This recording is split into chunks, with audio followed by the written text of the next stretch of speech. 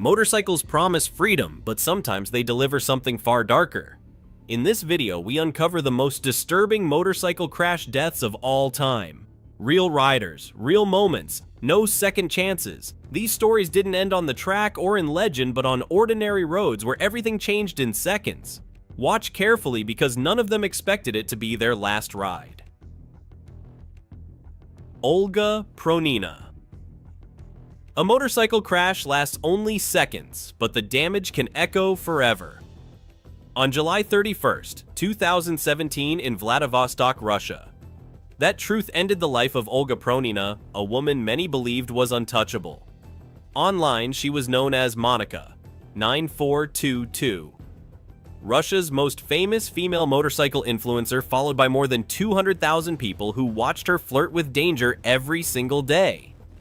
Olga didn't just ride motorcycles, she built an identity around fearlessness. Her videos showed her standing on the seat at speed, leaning sideways, inches from the pavement, even drinking through a straw while racing forward, often wearing minimal protective gear. To her fans, she was bold, beautiful, and unstoppable. To critics, she was pushing borrowed time.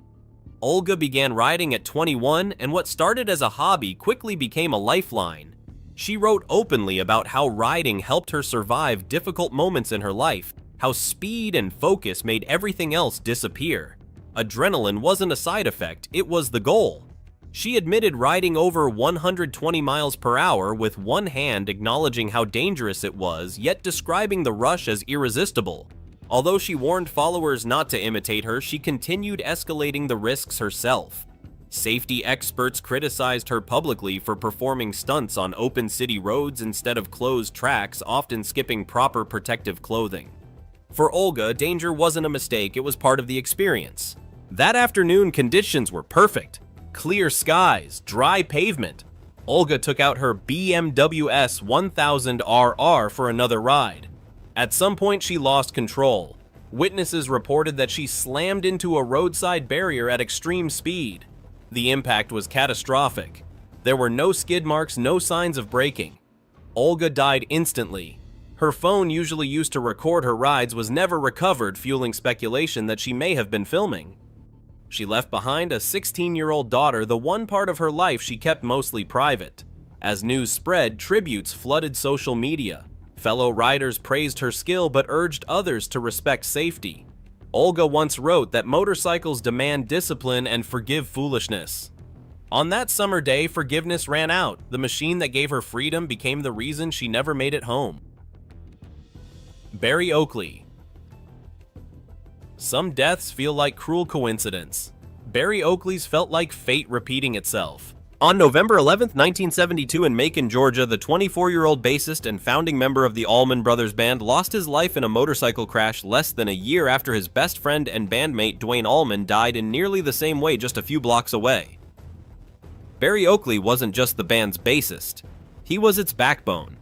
Born in Chicago and raised in Illinois, he found his purpose in music early, eventually moving south where he helped create a sound that blended blues, jazz, rock, and improvisation into something entirely new. Oakley played bass like a lead instrument, weaving melodic runs that gave the band its signature depth and power. His reworking of Whipping Post transformed it from a slow blues into a complex driving anthem that defined Southern rock. On stage, he was fearless. Off stage, after Duane's death in October 1971, something changed. Friends noticed Barry drinking more, pulling away, and struggling to imagine life without the man who felt like his other half. On that November night, Barry was riding his 1967 Triumph motorcycle through Macon. Approaching a sharp turn near Napier Avenue, he crossed the center line and collided with a city bus. Shockingly, Barry refused medical treatment at the scene and went home instead. Within hours, he became disoriented and collapsed. When doctors finally examined him, they discovered a fractured skull and massive brain swelling. It was too late. He died the same night at the same age Duane had been when he died. The parallels were chilling. Two friends, two motorcycles, two fatal crashes, just 3 blocks apart. They were later buried side by side at Rose Hill Cemetery. Barry's final recordings, including Ramblin' Man, would go on to become classics, but the band would never truly be the same. Barry Oakley didn't just leave behind music, he left behind a silence that Southern rock never fully escaped. Butch Lazwell. For Butch Lazwell, danger wasn't a mistake, it was a career. On March 10, 1996, in Mesquite, Nevada, the 37-year-old motorcycle stunt rider stepped beside his Honda CR 500 ready to attempt the jump that was supposed to change his life. Thousands packed the streets, cameras were rolling, Guinness World Records officials were watching. This wasn't just a stunt, it was meant to be his breakthrough into movies and mainstream fame. Lazwell had spent his life chasing air. Born in Las Vegas and raised in Overton, Nevada, he idolized Evel Knievel and was jumping obstacles before most kids could drive.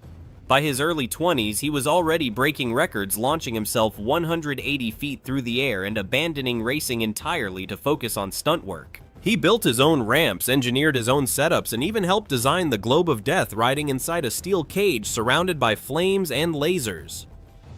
Over his career, he completed more than 6,000 jumps without a major incident.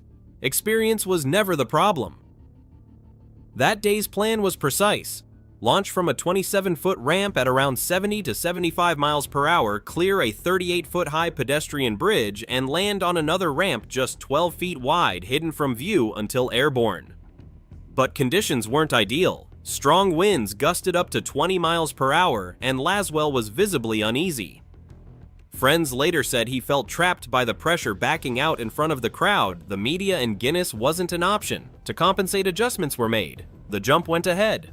At 3:35 p.m., Lazwell accelerated, faster than planned. Witnesses estimated around 85 miles per hour. He cleared the bridge easily, drawing cheers from the crowd, but the wind pushed him slightly offline. He missed the landing ramp by about 1 foot. That single foot sealed his fate. Some witnesses said he tried to steer away from the crowd as he fell. Paramedics rushed in. Lazwell was still conscious, but his injuries were catastrophic: broken skull, crushed chest, severe airway damage. He was flown to a Las Vegas hospital where he was pronounced dead just over an hour later. The man who had survived thousands of perfect landings died on the one jump meant to make history. Leave your condolences for them in the comments below. Amen. Charles Conrad.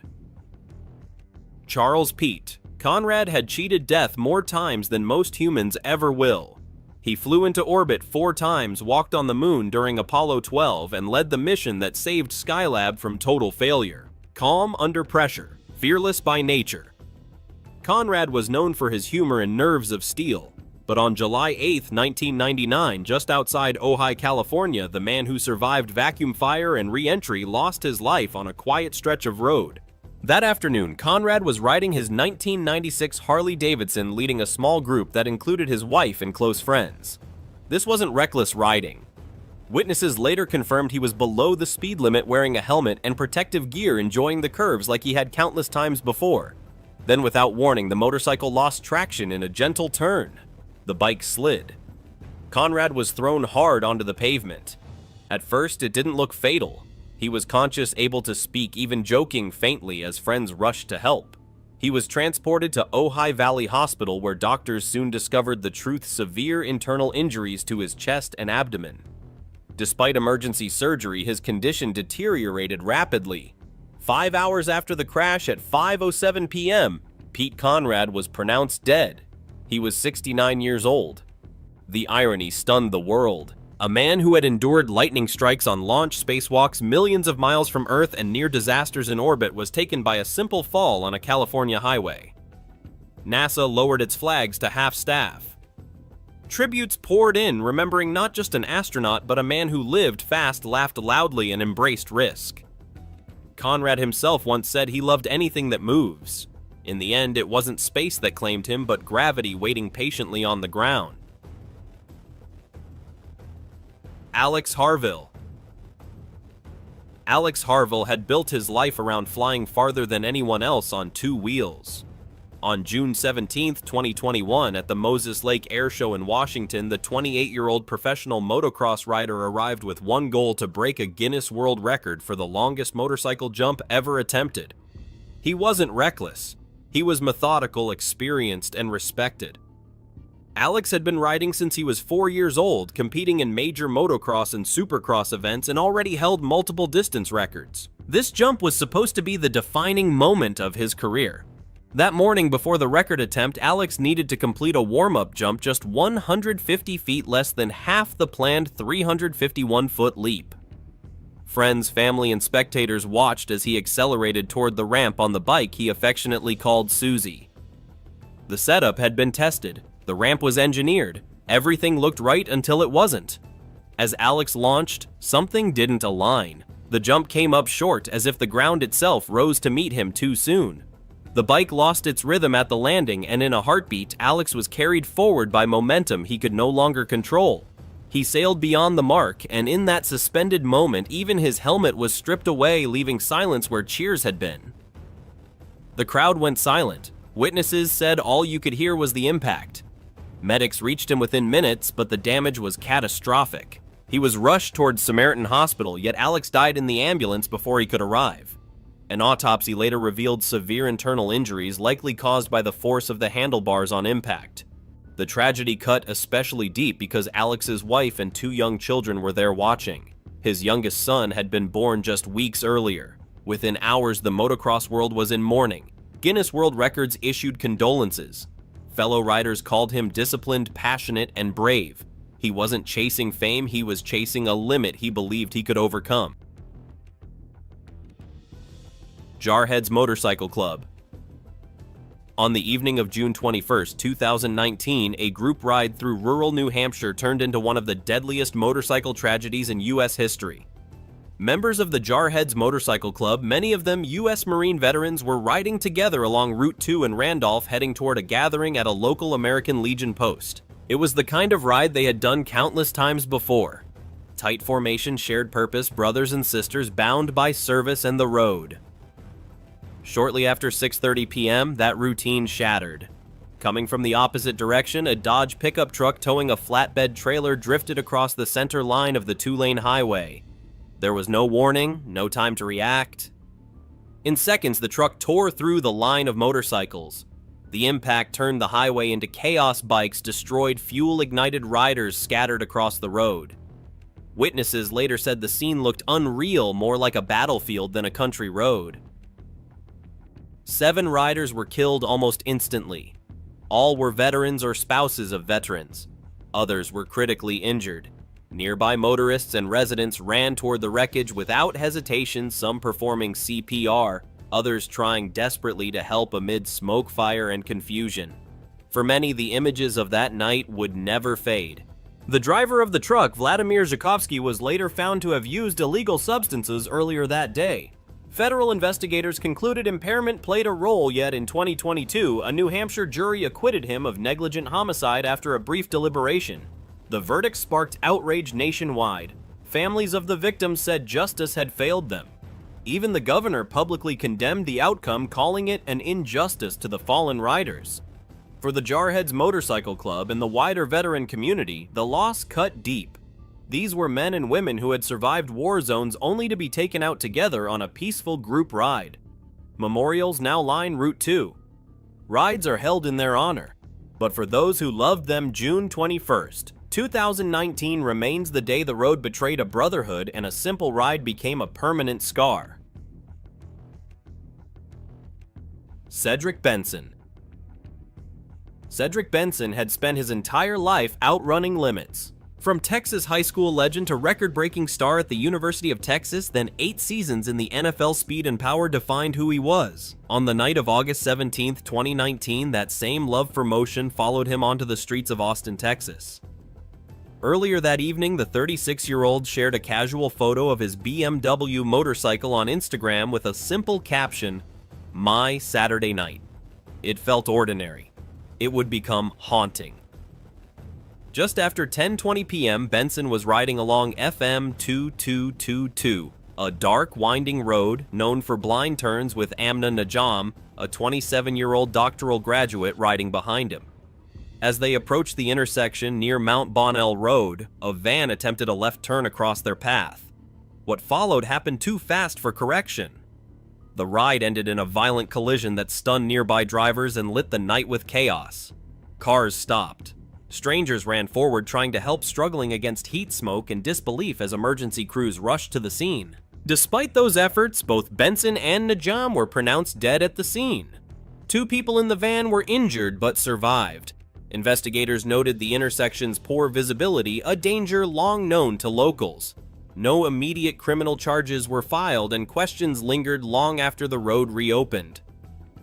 For Amna, the crash ended a future that had just begun. She had recently completed her PhD and was celebrating the next chapter of her life. For Benson, it closed a story written in yards gained and tackles broken.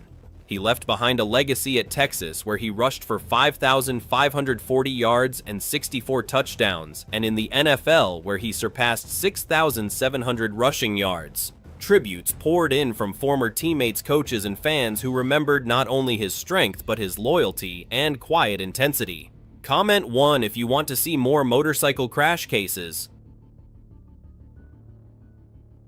Kim Thompson. Kim Thompson spent his life shaping freedom. Born in Australia, he rose from the longboard era of the 1960s to become one of the most respected surfboard shapers in the world. Known as Rotor among friends, Kim wasn't just part of surf culture, he helped define it. From early work with major Australian brands to founding his own label and later becoming a key figure at Cobra International in Thailand, his designs carried surfers across waves on every continent. For more than 5 decades, his hands turned foam and fiberglass into performance, innovation, and art. But on November 1st, 2022, that long journey ended far from the beaches that made him famous. In Chonburi Province, Thailand, the 70-year-old was riding his Kawasaki motorcycle when a routine moment turned unforgiving. Approaching an intersection, a truck moved into his path. Kim reacted instinctively, steering away, but the margin for recovery disappeared in seconds. The motorcycle veered offline and the ride ended against a roadside obstacle before help could arrive. Emergency responders reached him quickly and attempted resuscitation, but the injuries were overwhelming. Kim Thompson was pronounced dead at the scene. News of his passing spread rapidly through the global surf community. Tributes poured in from shapers, riders, and companies who credited him not only with technical brilliance but with generosity and mentorship. Cobra International called him a cornerstone of their legacy, a man who bridged traditional craftsmanship with modern production and left an imprint that would last generations.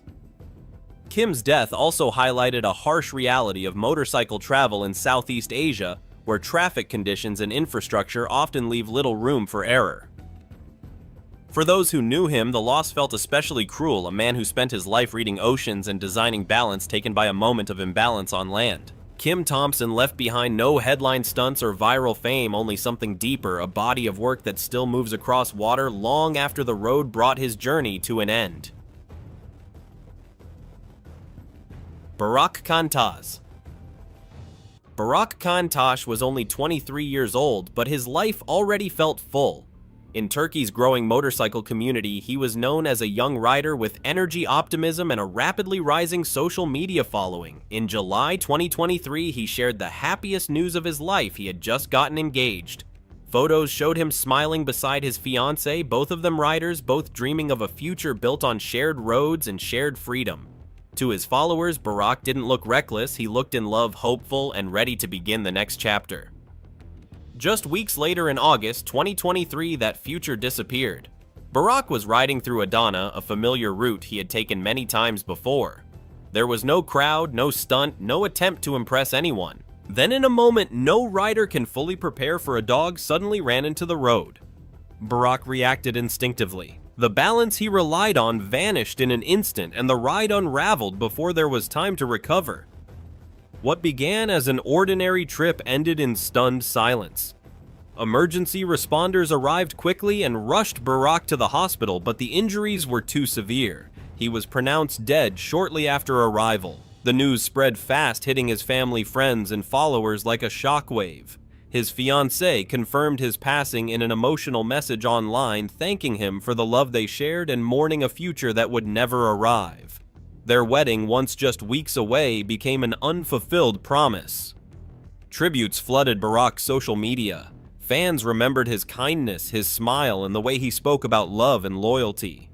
Many pointed to his final post's words about riding together through life as painfully prophetic. Barack Chantosh didn't die chasing danger or fame. He died during a simple ride, a reminder that on two wheels even ordinary moments can turn final. For those who loved him, the road didn't just take a rider, it took a life that was only just beginning. Indian Larry. Indian Larry lived exactly the way most people only pretend to admire without a safety net. Born Lawrence D. Smet in 1949 in New York, he became a living symbol of raw motorcycle culture, a master builder, fearless rider, and artist who turned steel into personality. His custom choppers weren't just machines, they were extensions of who he was. Clean lines, perfect balance, and a refusal to follow rules. By the early 2000s, Larry had reached icon status through Discovery Channel shows and national bike build-offs, inspiring an entire generation of builders and riders. On August 28, 2004, at a custom bike event in North Carolina, thousands gathered to watch him do what he had done countless times before. One of his signature moves was the crucifix stunt, standing upright on the seat at speed, arms extended, perfectly balanced, almost defiant. Earlier that day, Larry had quietly admitted to a friend that he didn't feel right about performing it. But with the crowd watching, cameras rolling, and expectations hanging heavy, he rode out anyway on his famous bike Grease Monkey. For a brief moment, everything looked familiar until it didn't. The bike lost its calm rhythm and balance slipped away faster than instinct could recover it. The stunt ended not with applause, but with stunned silence. Larry was rushed to a hospital, but the injuries were too severe. In the early hours of August 30th, Indian Larry was pronounced dead at 55 years old. The shock rippled through the motorcycle world. This wasn't just another accident, it was the loss of a symbol. Riders gathered by the thousands at his Brooklyn shop. Fellow builders created tribute bikes in his honor. Larry was remembered not only for how he rode, but for how he lived, authentic, uncompromising, and fully aware of the risks he took. Indian Larry didn't chase safety. He chased truth on two wheels. And when the road finally took him, it left behind a legend and a warning written in steel. Tatiana Ozolina. Tatiana Ozolina lived on the move. Known to millions as Moto Tanya, she had turned motorcycle travel into a full-time identity, riding across countries' borders and cultures with a confidence that drew more than 8 million followers across TikTok, YouTube, and Instagram. Her content showed freedom, speed, and independence, long highways, powerful machines, and a woman who seemed completely at home on the road. In July 2024, that image collapsed in a single moment on a highway in southwestern Turkey. That summer, Tatiana was continuing a solo European tour after being turned away at the Greek border due to travel restrictions on Russian citizens. Instead of stopping, she adapted, posting cheerfully about crossing on foot just to buy a souvenir before returning to Turkey and continuing her ride. Her last posts showed her relaxed, smiling, and optimistic, riding her red BMW S1000RR between Muğla and Bodrum, documenting every kilometer as she always had. Nothing suggested danger. Nothing suggested an ending. On the day of the crash, Tatiana was riding with two other motorcyclists near Milas. She was leading the group when traffic ahead slowed near a truck. What happened next unfolded faster than anyone could react.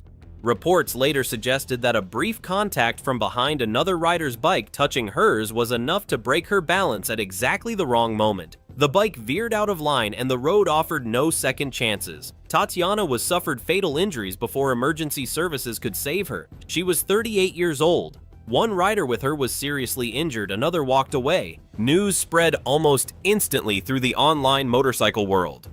Fans refused to believe it, refreshing her profiles, reading her final captions again and again. Fellow riders described her as fearless, driven, and disciplined. Critics resurfaced, but they were drowned out by grief.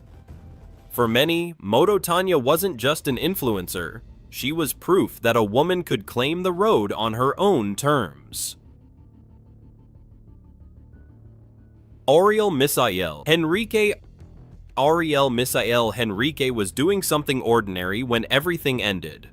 On May 27, 2025, in a busy town north of Rio de Janeiro, the 41-year-old motorcycle taxi driver set out on a familiar route to visit his daughter. His wife rode behind him as she had many times before. There was no rush, no stunt, no warning, just another afternoon on roads he knew by heart. Then the danger appeared without truly being seen. Stretched across the roadway was Linha Chilena, a kite string reinforced with glue and powdered glass, razor-thin and nearly invisible at speed. As Ariel rounded a curve, the string caught him at the worst possible height. What followed happened in a blink. Momentum carried the bike forward while the ride itself abruptly came to an end. A passing driver stopped and together with Ariel's wife tried desperately to help as they rushed toward the hospital. Ariel never made it. Doctors later confirmed he died before arrival. He was a husband, a father of 3, and a man known in his community for working hard and putting family first. News of his death spread quickly, igniting outrage and grief across Brazil, where incidents involving kite strings have become a grim pattern rather than a rarity. In the days following his death, lawmakers renewed calls for a nationwide ban on the production, sale, and use of these strings, proposing severe penalties for violations. For Ariel's family, none of that brings him back. He left home expecting a routine visit and never returned. His story stands as a harsh reminder that on 2 wheels, danger doesn't always roar, it can be thin, silent, and waiting across the road. Lisa Ball, Jamaica. Lisa Ball came to Jamaica to celebrate life. On May 19, 2025, the 53-year-old woman from Keighley, West Yorkshire, was on vacation with her partner Anthony Hurt, marking their anniversary. The timing felt perfect. Lisa's birthday was the very next day. Photos shared online showed sunshine smiles and a couple enjoying what was meant to be a happy escape from everyday life. That evening, just after sunset, they rented a Honda scooter and set out along the North Coast Highway, a road known for its beauty and its danger. Poor lighting, limited signage, and fast, unpredictable traffic make it especially risky, particularly for tourists unfamiliar with local driving patterns. Around 7:40 p.m., as they traveled past a restaurant area, a pickup truck suddenly pulled out into their path. There was no time to adjust, no space to recover. The ride ended in a single unforgiving moment. Lisa, who was riding as a passenger, was separated from the scooter during the incident. Witnesses rushed to help, stunned by how quickly the scene had changed. A local woman stopped and called ahead to the hospital, trying to prepare doctors for what was coming. But despite those efforts, Lisa's injuries were too severe. She was pronounced dead shortly after arriving at the hospital. Back in the UK, the news shattered her family. Lisa was a mother and grandmother, leaving behind her daughter Chloe Watson and 5 grandchildren. Friends described her as warm, gentle, and endlessly kind, someone who made others feel welcome wherever she went.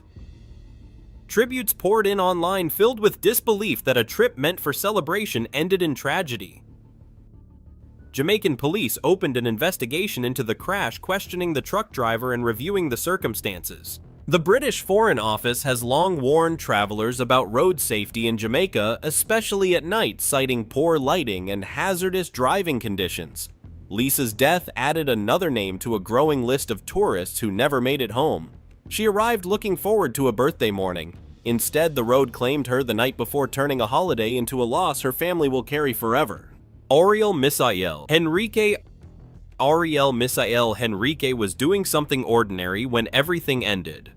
On May 27, 2025, in a busy town north of Rio de Janeiro, the 41-year-old motorcycle taxi driver set out on a familiar route to visit his daughter. His wife rode behind him as she had many times before. There was no rush, no stunt, no warning, just another afternoon on roads he knew by heart. Then the danger appeared without truly being seen. Stretched across the roadway was Linha Chilena, a kite string reinforced with glue and powdered glass, razor-thin and nearly invisible at speed. As Ariel rounded a curve, the string caught him at the worst possible height. What followed happened in a blink. Momentum carried the bike forward while the ride itself abruptly came to an end. A passing driver stopped and together with Ariel's wife tried desperately to help as they rushed toward the hospital. Ariel never made it. Doctors later confirmed he died before arrival. He was a husband, a father of 3, and a man known in his community for working hard and putting family first. News of his death spread quickly, igniting outrage and grief across Brazil, where incidents involving kite strings have become a grim pattern rather than a rarity. In the days following his death, lawmakers renewed calls for a nationwide ban on the production, sale, and use of these strings, proposing severe penalties for violations. For Ariel's family, none of that brings him back.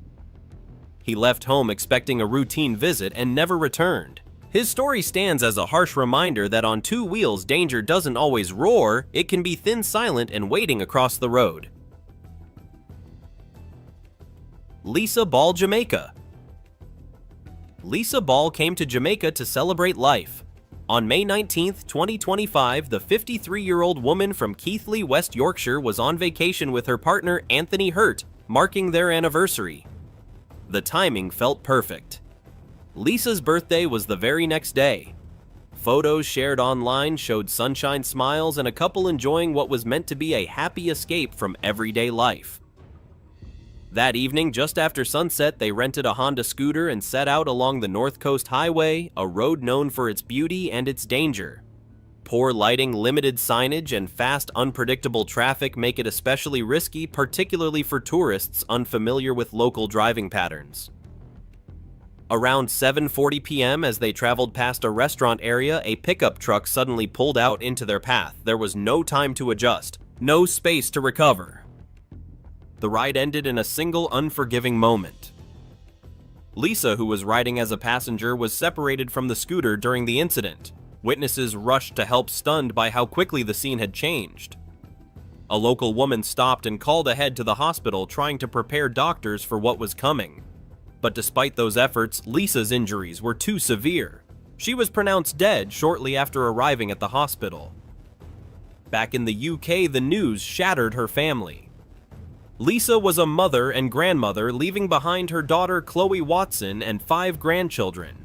Friends described her as warm, gentle, and endlessly kind, someone who made others feel welcome wherever she went. Tributes poured in online, filled with disbelief that a trip meant for celebration ended in tragedy. Jamaican police opened an investigation into the crash, questioning the truck driver and reviewing the circumstances. The British Foreign Office has long warned travelers about road safety in Jamaica, especially at night, citing poor lighting and hazardous driving conditions. Lisa's death added another name to a growing list of tourists who never made it home. She arrived looking forward to a birthday morning. Instead, the road claimed her the night before, turning a holiday into a loss her family will carry forever. What if some of the most disturbing celebrity deaths didn't happen in scandals or on stage, but in a single violent moment on the road behind flashing cameras and glamorous lives? Several stars met shocking ends in horrific car crashes that stunned the world. From beloved icons to rising talents, these tragedies left fans with haunting questions. Here are 9 of the most disturbing celebrity deaths caused by car accidents. Jessica Savage. In the bright world of television news, where authority is measured by a calm voice and steady composure, Jessica Savage once stood as one of the most striking figures of her time. Long before many women were given a seat behind the anchor desk, Savage had already begun carving her own path through the rigid walls of broadcast journalism. Born on February 1, 1947 in Kennett Square, Pennsylvania, she discovered the rhythm of broadcasting early. While still young, she worked as a disc jockey and newsreader, sharpening a voice that would later guide millions of viewers through the evening headlines. By the early 1970s, Savage had become a reporter and anchor for KYW-TV in Philadelphia, where her investigative reporting and award-winning documentaries quickly established her as a journalist with remarkable promise. Her rise continued when she joined NBC News in 1977, stepping onto a national stage that few women had occupied before. Savage became the weekend anchor of NBC Nightly News and the presenter of daily updates on NBC News Digest. At the time, she was only the second woman to anchor a national evening newscast alone, an achievement that quietly shifted the landscape of American television journalism. With her poised delivery and commanding presence, Savage represented a new generation of reporters who proved that talent, not tradition, should determine who sits behind the desk. Yet even as her professional reputation grew, the pressures of fame and constant scrutiny seemed to follow closely behind. Some colleagues later spoke of the intense expectations that came with being a pioneer in such a competitive field. There were occasional whispers about personal struggles, rumors of anxiety, self-doubt, and even speculation about substance use. Friends, however, often dismissed those rumors as exaggerations, describing Savage instead as a driven journalist determined to succeed in an industry that rarely offered women the benefit of doubt. On the evening of October 23, 1983, Savage went out for dinner with her boyfriend Martin Fishbein, vice president of the New York Post. The couple dined at a restaurant in New Hope, Pennsylvania, sharing a quiet evening together. When they left around 7:15 p.m., the weather had turned dark and rainy, making the roads slick and visibility poor. As Fishbein drove through the unfamiliar area, he mistakenly turned onto a narrow, unmarked path that ran beside the Delaware Canal. Within moments, the car drifted too far toward the edge of the road and plunged over a canal wall, flipping upside down into the water below. The vehicle sank into thick mud at the bottom of the canal, trapping both occupants inside as water began filling the cabin. Authorities later concluded that Fishbein died quickly while Savage spent her final moments attempting to escape the sealed vehicle. Tragically, the car was not discovered until nearly 4.5 hours later when a local resident noticed it submerged in the canal. Jessica Savage was only 36 years old when her life ended that night. The news shocked the journalism community, and tributes quickly poured in from colleagues who remembered her as a determined reporter and a pioneer for women in broadcast news. Although investigators concluded the incident was a tragic accident, the sudden loss of such a prominent figure left a lingering sense of disbelief. For many who had watched her deliver the news night after night, the silence she left behind felt almost impossible to accept. Ryan Dunn. Ryan Dunn was once a name that echoed loudly through the wild and unpredictable world of stunt entertainment. To millions of fans, he wasn't just another television personality, he was the fearless spirit of the Jackass era, a man who seemed to laugh in the face of danger. Born in 1977 in Medina, Ohio, Ryan Matthew Dunn rose to fame in the late 1990s as part of the CKY crew alongside his close friend Bam Margera. Their reckless homemade stunt videos, filmed with little more than cameras and raw courage, would eventually become the foundation for MTV's explosive hit series Jackass. Dunn quickly became one of the show's most recognizable figures, earning a reputation as the man willing to attempt the stunts others hesitated to try. As Jackass transformed from a cult television program into a global phenomenon, Dunn's legend grew alongside it. His fearless performances, equal parts painful, chaotic, and hilarious, turned him into a fan favorite. But his career expanded beyond the franchise that made him famous. Dunn hosted television shows such as Homewrecker and Proving Ground, while also appearing in films like Blonde Ambition and Street Dreams. His personality was magnetic, drawing audiences to the strange blend of bravery, humor, and unpredictability that defined him. Yet behind the laughter and viral stunts, those close to him knew there were quieter struggles, including periods of depression following a serious injury on the set of Jackass No. 2. Despite those personal battles, by 2011, Dunn appeared to be entering a more stable chapter of life. He was working on a new project titled Welcome to the Bates Motel, and his long-term relationship with his partner Angie Kutcherich seemed strong. To his devoted fans, Dunn remained exactly what he had always been, a daring performer who pushed boundaries and lived life at full speed. Few could have imagined that the same thrill-seeking spirit that helped define his career might one day intersect with tragedy. On the evening of June 19, 2011, Dunn spent time with friends at Barnaby's of America, a bar in Westchester, Pennsylvania. Among them was Zachary Hartwell, a production assistant who had previously worked on Jackass No. 2. The group appeared relaxed and cheerful, celebrating together and chatting with fans who recognized Dunn. At one point, he posted a photo on Twitter showing himself and his friends smiling for the camera. What seemed like a simple moment of fun would later become the final public image he shared with the world. Around 3:30 a.m., Dunn and Hartwell left the bar in Dunn's 2007 Porsche 911 GT3. As they drove along Route 322 in West Goshen Township, Dunn was reportedly traveling at nearly 130 miles per hour, more than double the posted speed limit. Within seconds, the situation turned catastrophic. The Porsche lost control, veered off the road, smashed through a guardrail, collided violently with a tree, and burst into flames. Investigators later described the wreckage as one of the most devastating crash scenes they had ever encountered, with the vehicle almost completely destroyed. Authorities confirmed that both Dunn and Hartwell died from a combination of blunt force trauma and thermal injuries caused by the crash and the fire. The destruction was so severe that Dunn had to be identified through his tattoos and hair. Toxicology reports later revealed a blood alcohol level of 0.196%, more than twice the legal limit in Pennsylvania. The tragedy sent shockwaves through Hollywood and the Jackass community. Friends like Bam Margera and Johnny Knoxville expressed deep grief, while fans around the world mourned the loss of a man whose fearless spirit had defined an entire era of stunt entertainment. Mark Bolan. Before the glitter faded and the stage lights dimmed, Mark Bolan stood at the center of a musical revolution. In the early 1970s, when glam rock burst onto the scene with electric color and fearless style, Bolan was its shining star. Born Mark Feld in London, he began his journey in music during the late 1960s with the band Tyrannosaurus Rex. What started as a psychedelic folk project soon transformed into something far more explosive. Reinvented as T-Rex, the band embraced a louder, flashier sound that would soon dominate the charts. Bolan's flamboyant stage presence, complete with glitter makeup, feathered hair, and hypnotic charisma, captured the imagination of an entire generation. From 1970 to 1973, Bolan and T-Rex seemed unstoppable. Their album Electric Warrior became a landmark of glam rock, while hit singles like Hot Love, Get It On, Telegram, Sam, and Metal Guru raced to the top of the charts. Fans were captivated by Bolan's infectious energy and distinctive voice, and his influence spread quickly across the music world. For a moment, it seemed as if he could do no wrong.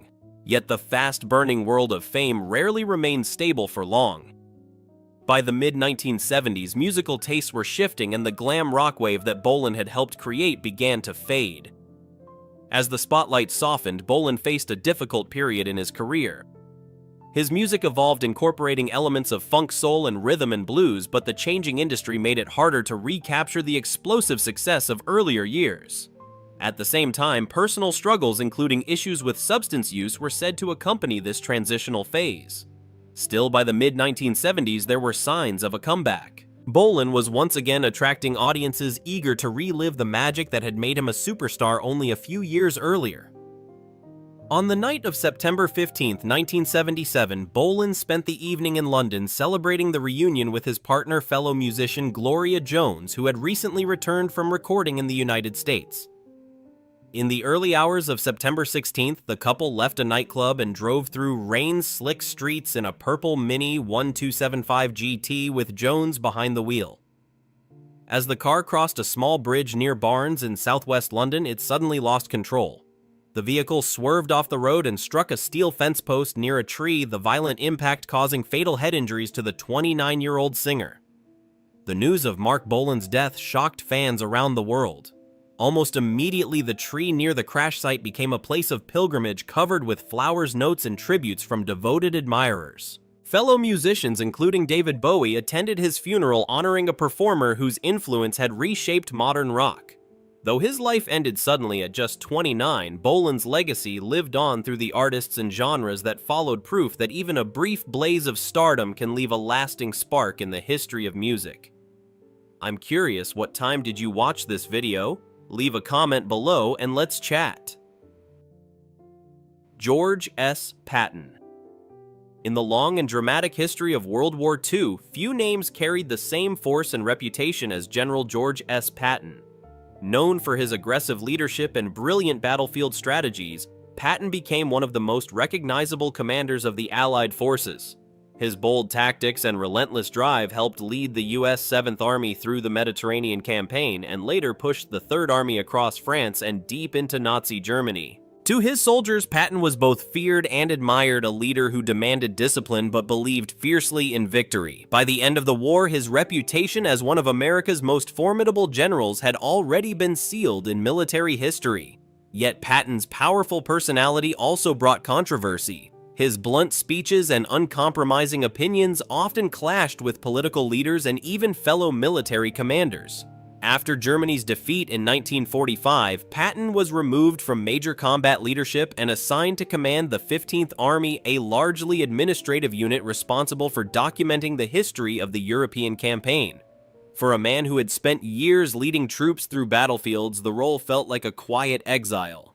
Some who knew him at the time described him as frustrated and restless, a warrior suddenly forced into the background. On the morning of December 9, 1945, only months after the end of the war in Europe, Patton set out on a pheasant hunting trip near Speyer, Germany. Accompanying him were his Chief of Staff Major General Hobart Gay and their driver, Private First Class Horace Woodring. They traveled in a 1938 Cadillac limousine driving along a road lined with abandoned military vehicles left over from the war. As Patton reportedly commented on the destruction around them, another U.S. Army truck suddenly turned in front of their car, attempting to enter a nearby depot. The collision that followed was relatively low speed, but the consequences were devastating.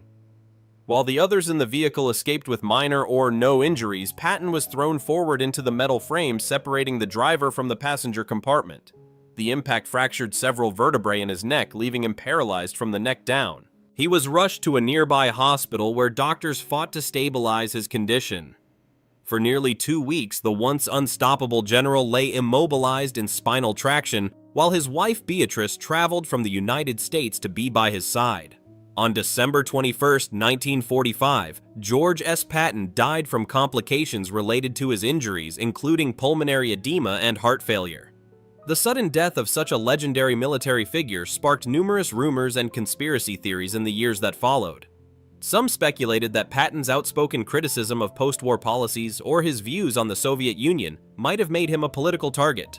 Historians, however, have found little credible evidence supporting those claims. Patton was buried at the Luxembourg American Cemetery among the soldiers he had once commanded, an ending that seemed both solemn and symbolic for a general who had spent his life leading men into history. Judy Tyler.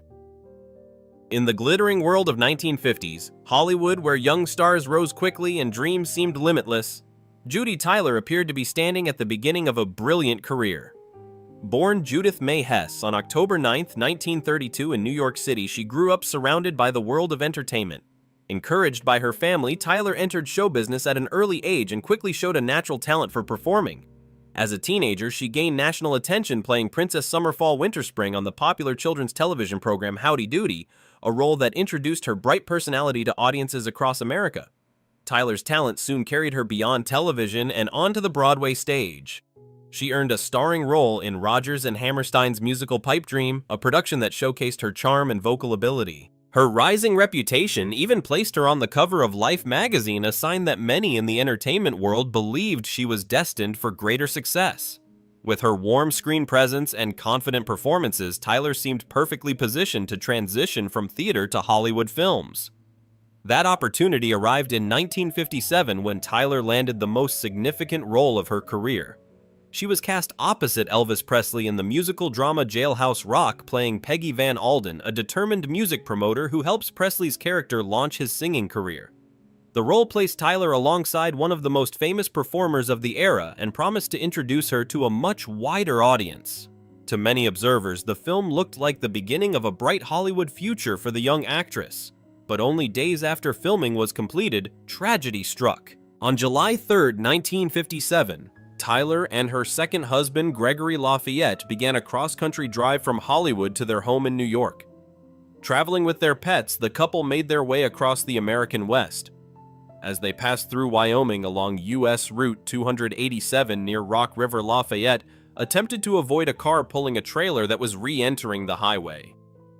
In the sudden maneuver, their vehicle swerved into the path of an oncoming car, resulting in a devastating head-on collision. The crash was catastrophic. Judy Tyler was killed instantly at just 24 years old, while Lafayette died from his injuries the following day. Another passenger in the other vehicle also lost his life in the accident. News of the tragedy stunned the entertainment industry, especially because Tyler had only just completed the film that many believed would launch her career. When Jailhouse Rock was later released, it became one of Elvis Presley's most famous movies, yet the success carried a bittersweet shadow.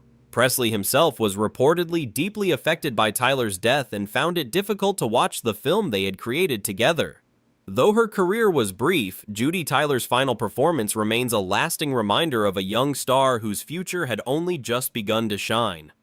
What do you think about the tragic story of Judy Tyler? Let me know in the comments, and if you're still watching, type the number 5 below so I know you made it this far. Sia Alexandrova.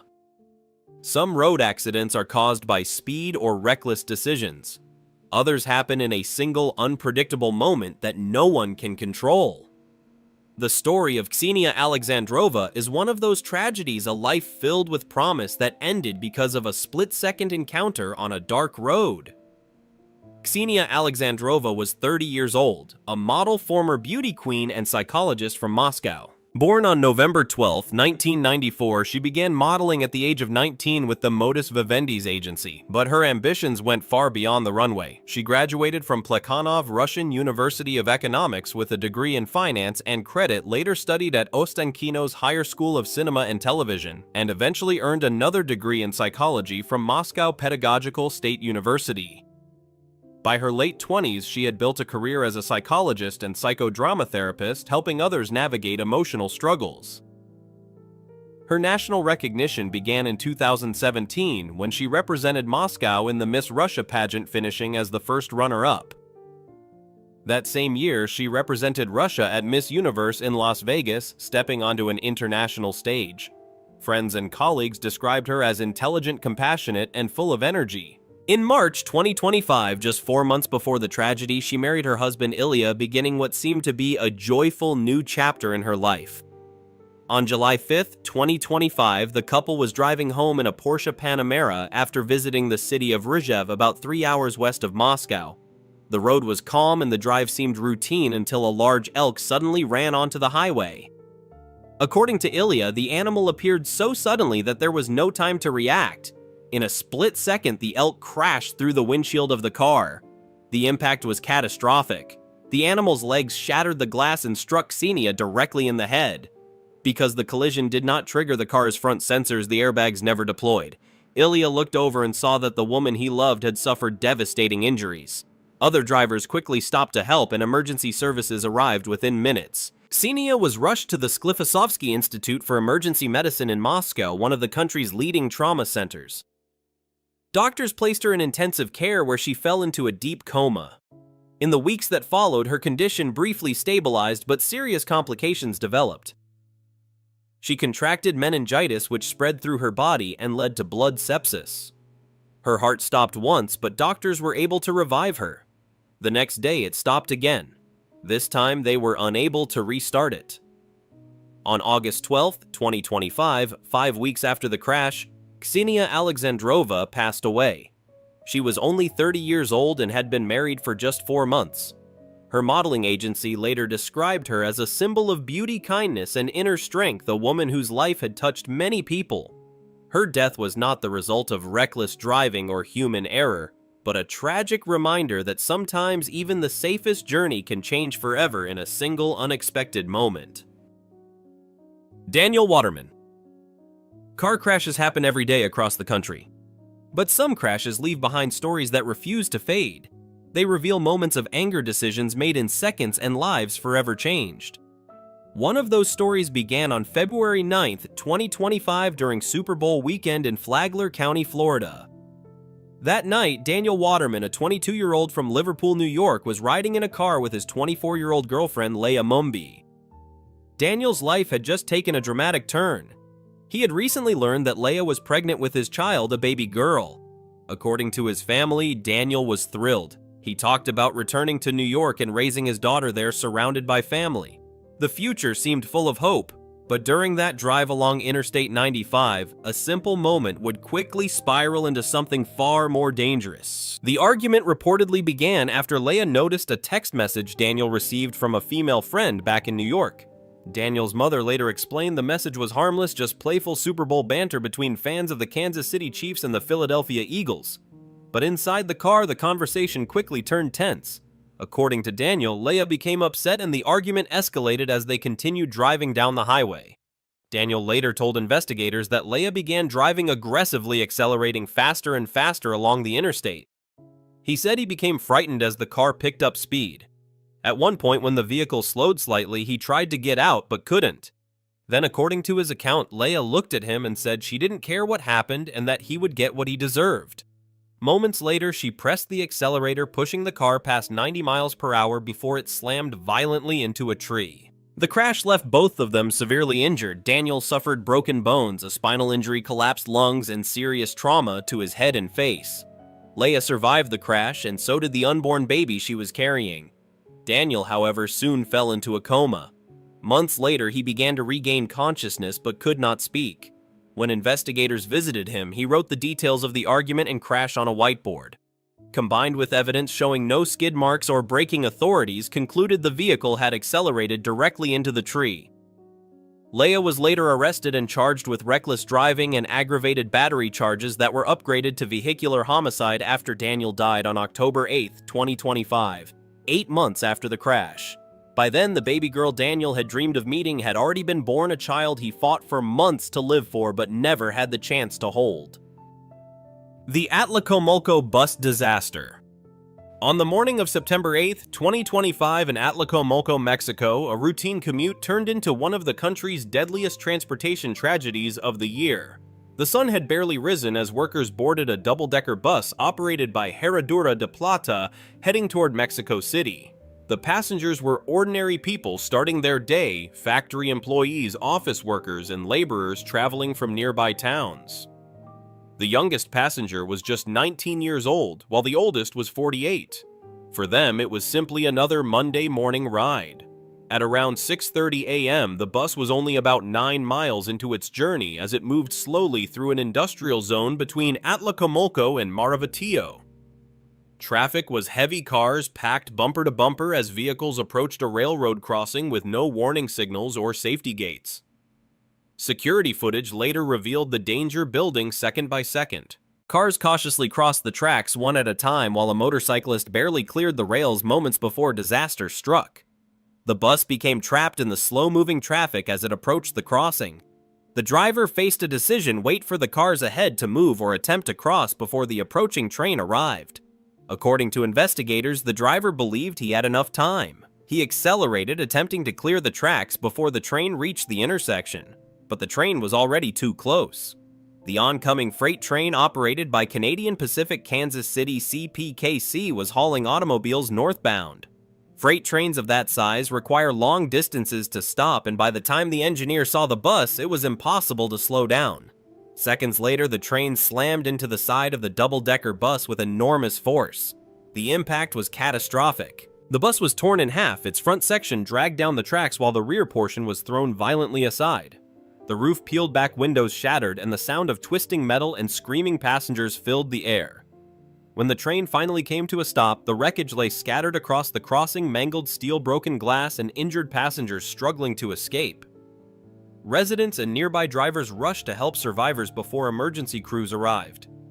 Some passengers managed to crawl out of the destroyed vehicle while others had to be pulled from the wreckage.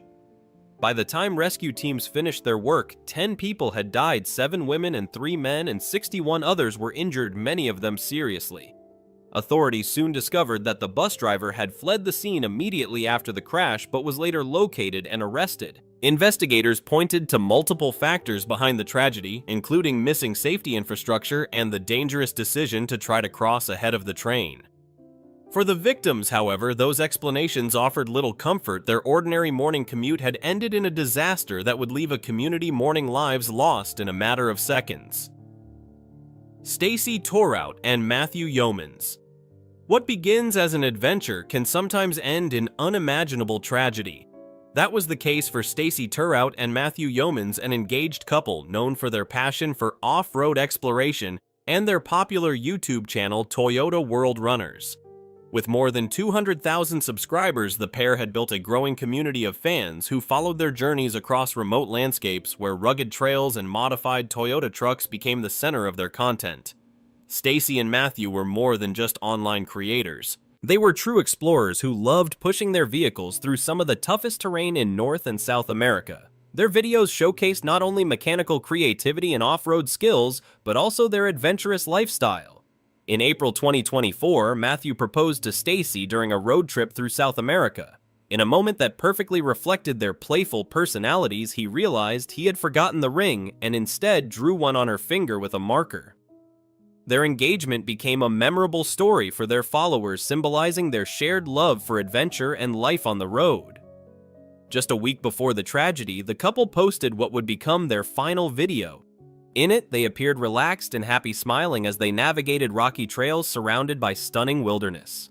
But on August 7th, 2025, while driving along a rough forestry road near Trout Lake in British Columbia, something went terribly wrong. Authorities later believed their vehicle lost control on uneven terrain and veered off a steep section of road where there were no trees or barriers to stop it. The truck plunged nearly 200 meters, about 650 feet down a rocky slope, rolling repeatedly before coming to a stop. Matthew was thrown from the vehicle and died from the fall. Stacy survived the initial crash but suffered a severe head injury and was still conscious when rescue teams reached her. She was airlifted to a nearby hospital, but despite efforts to save her life, she later passed away.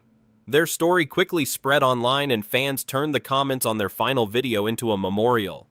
Though their lives ended in the mountains they loved, exploring their channel remains a lasting reminder of the adventures, passion, and partnership they shared. Partnership they shared. Partnership they shared.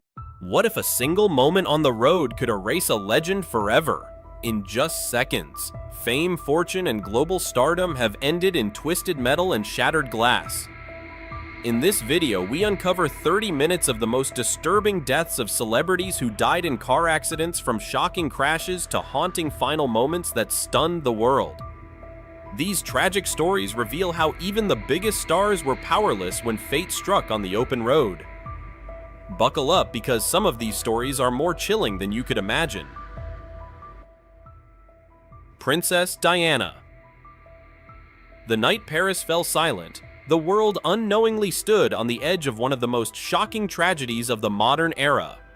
Princess Diana, known across the globe as the People's Princess, had spent the evening of August 30th, 1997 at the Ritz Hotel with her companion Dodi Al-Fayed. After returning from a vacation on Dodi's father's yacht, the couple had stopped briefly in Paris before Diana planned to fly back to London to reunite with her sons Prince William and Prince Harry. But privacy had become almost impossible for her. Paparazzi surrounded the hotel, waiting for a glimpse of the most photographed woman in the world. Hoping to escape the relentless cameras, Diana and Dodi quietly slipped out through the hotel's rear entrance just after midnight, climbing into a black Mercedes S280 driven by the hotel's head of security, Henri Paul. What began as a simple attempt to avoid photographers quickly turned into a desperate race through the streets of Paris.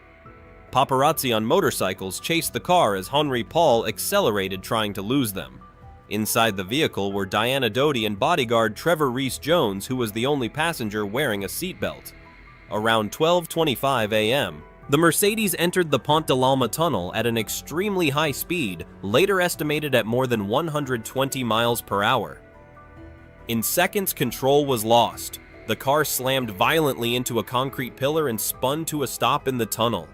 Henri Paul and Dodi Al-Fayed were killed instantly, while Diana was found alive but critically injured.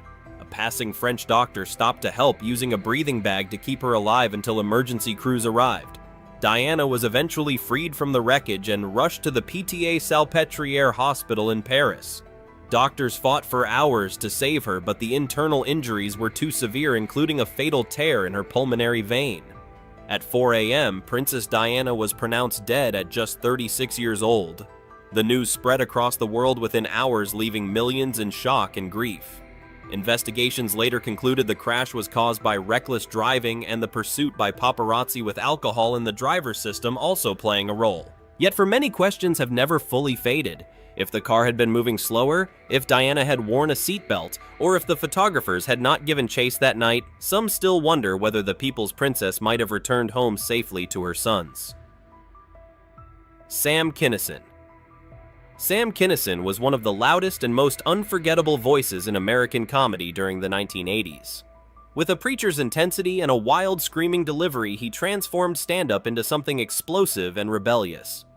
Ironically, before becoming a comedian, Kinison had actually been a Pentecostal preacher like his parents. That fiery background shaped his stage persona and helped him stand out after his breakout performance on HBO's Young Comedian special in 1985. Fame followed quickly, but so did a chaotic lifestyle filled with addiction and excess. By 1992, however, Kinison seemed determined to change. He had recently married dancer Malika Sawiri and was working to rebuild his life and career with new television opportunities on the horizon. On April 10, 1992, Kinison was driving his white Pontiac Turbo Trans Am toward Laughlin, Nevada, where he was scheduled to perform. Several friends followed behind him on the dark desert highway. At the same time, a pickup truck carrying teenagers was speeding along U.S. Highway 95. The driver, 17-year-old Troy Pearson, had been drinking and was swerving across lanes. Only about 30 meters from Kinison's destination, the truck suddenly crossed into his lane.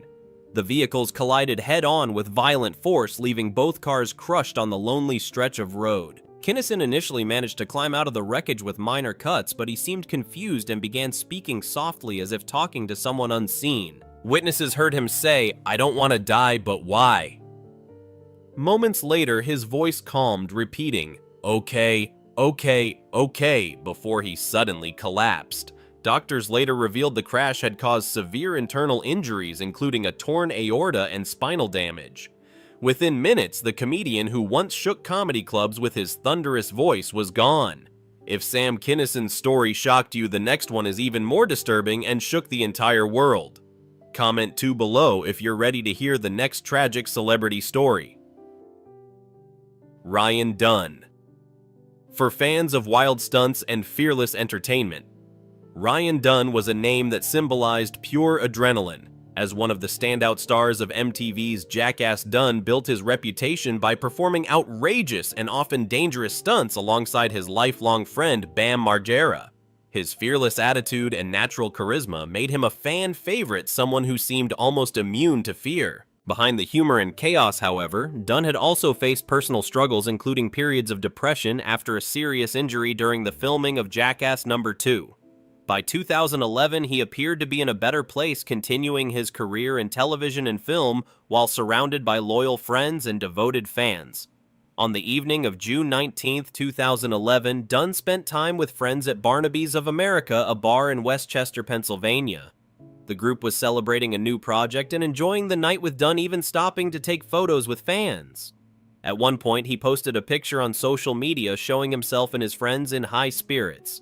It would become the last photo he ever shared.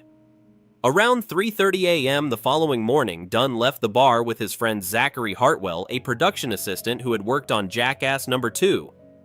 The two climbed into Dunn's powerful 2007 Porsche 911 GT3 and began driving along Route 322. Moments later, tragedy struck with terrifying speed.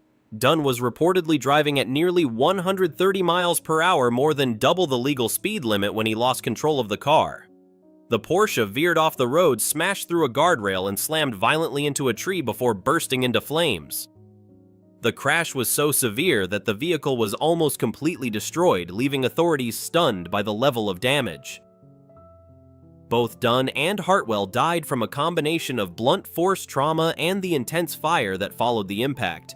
News of Dunn's death shocked fans and devastated his friends, especially Bam Margera and the Jackass cast, who mourned the loss of the daring performer who had spent his career pushing the limits of danger. Mark Bolan. Long before tragedy struck, Mark Bolan had already carved his name into the glittering history of rock music. As the charismatic frontman of the band Rex Bolan became one of the defining figures of the glam rock movement in the early 1970s. With his sparkling stage outfits, feathered hair, and catchy hits like Get It On and Hot Love, he helped create a musical style that influenced generations of artists. Albums like Electric Warrior dominated the charts, and for several years, Bolan seemed unstoppable. Yet behind the glamour and fame, there was a strange shadow following him. Friends later recalled that Bolan often spoke about the possibility of dying young, almost as if he sensed that his life might burn bright, but not long. By the mid-1970s, Bolan's career had experienced ups and downs as the glam rock era began to fade. Still, he was experiencing something of a comeback and remained a beloved figure among fans. On the night of September 15, 1977, Bolan and his partner singer Gloria Jones spent the evening at Morton's Club in London celebrating her return from the United States. As the night came to an end in the early hours of September 16th, the couple left the club and headed home in a purple Mini 1275 GT with Jones driving. Bolan himself never learned to drive because of his long-standing fear that he might die in a car accident.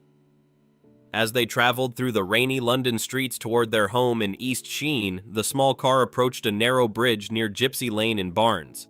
The road was slick and suddenly the vehicle lost control.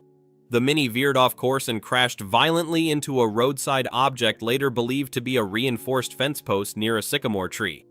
The impact was devastating. Bolan was thrown forward in the crash and suffered fatal head injuries, dying instantly at just 29 years old. Gloria Jones survived but was critically injured. In the days that followed, fans gathered at the crash site, leaving flowers and messages beneath the tree, turning it into a place of pilgrimage. The tragic accident seemed to echo Bolan's earlier fears, leaving many to wonder whether the rock star had somehow sensed the fate that awaited him. Judy Tyler. In the golden age of Hollywood, Judy Tyler was a young actress whose future seemed filled with promise. Born Judith Mae Hess in New York City, she grew up surrounded by show business and quickly developed a passion for performing. As a teenager, she gained national attention playing Princess Summer Fall Winter Spring on the popular children's television program Howdy Doody. Her talent soon carried her to Broadway, where she appeared in the musical Pipe Dream, and her growing popularity even landed her on the cover of Life magazine. By the mid-1950s, Tyler had begun transitioning to film, and Hollywood believed she had the charm, beauty, and charisma to become one of its next major stars. In 1957, Judy Tyler received the biggest opportunity of her young career when she was cast opposite Elvis Presley in the film Jailhouse Rock. In the movie, she played Peggy Van Alden, a music promoter who helps Presley's character rise to fame. The role was expected to launch her into even greater success and place her alongside one of the most famous performers in the world. Just days after filming was completed, however, Tyler and her second husband, 19-year-old Gregory Lafayette, began a cross-country drive from Hollywood to New York, traveling with their dog and cat as they made the long journey home. On July 3, 1957, while driving along U.S. Route 287 near Rock River, Wyoming, tragedy struck. Lafayette attempted to avoid a car pulling back onto the highway from a roadside stop, but in the split-second maneuver, their vehicle collided head-on with an oncoming car. The crash was devastating. Judy Tyler was killed instantly at just 24 years old, while Lafayette died from his injuries the following day. The accident also claimed the life of another passenger in the second vehicle. The sudden loss shocked Hollywood, and Elvis Presley was reportedly so affected by Tyler's death that he struggled to watch Jailhouse Rock after its release. The film became a classic, but its success was forever shadowed by the memory of the young actress who never lived to see the fame her performance would bring.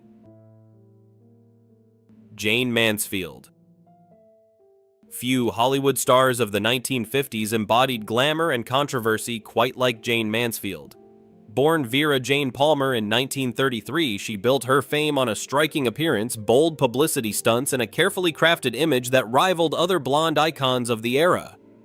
Mansfield quickly learned how to capture the spotlight, becoming one of the early Playboy playmates in 1955 and starring in films that showcased her provocative persona. She was known for pushing boundaries, whether through daring fashion choices or shocking publicity moments that kept the media fascinated. For a time, Mansfield's name was everywhere in Hollywood, and she lived in a famous pink mansion surrounded by luxury fame and constant attention. By the late 1960s, however, Hollywood tastes were changing and Mansfield's film career had begun to slow. She continued performing in nightclubs and making public appearances, often traveling long distances for shows. On the night of June 29, 1967, Mansfield had just finished a performance at a nightclub in Biloxi, Mississippi, and was traveling to New Orleans for a television appearance. She was riding in a 1966 Buick Electra with her boyfriend Sam Brody and their driver Ronnie Harrison, while 3 of her children slept in the back seat. The warm summer night seemed peaceful as the car moved along Highway 90, but thick mist from nearby marshlands and insecticide spray from a mosquito control truck began to create dangerously poor visibility. As the Buick sped down the dark highway at around 80 miles per hour, the driver failed to see a slow-moving tractor trailer ahead. Within seconds, the car slammed into the back of the truck and slid underneath it with devastating force. The impact sheared off the top of the Buick, killing Mansfield, Brody, and Harrison instantly. The crash scene quickly became the subject of disturbing rumors, including claims that Mansfield had been decapitated when the car struck the truck. In reality, medical reports later confirmed she had suffered severe head trauma but had not been decapitated. The tragic accident shocked the public and ultimately led to new safety regulations requiring trucks to install underride guards, later nicknamed Mansfield bars, designed to prevent cars from sliding beneath trailers during collisions. Bessie Smith Long. Before modern pop icons dominated the charts, Bessie Smith ruled the music world with a voice so powerful that she earned the title Empress of the Blues. Born in Chattanooga, Tennessee in 1894, Smith grew up in deep poverty after losing both parents at a young age. As a child, she sang on street corners to earn money, slowly developing the voice that would later captivate audiences across the country. By the 1920s, she had become the most successful female blues singer of her time after signing with Columbia Records in 1923.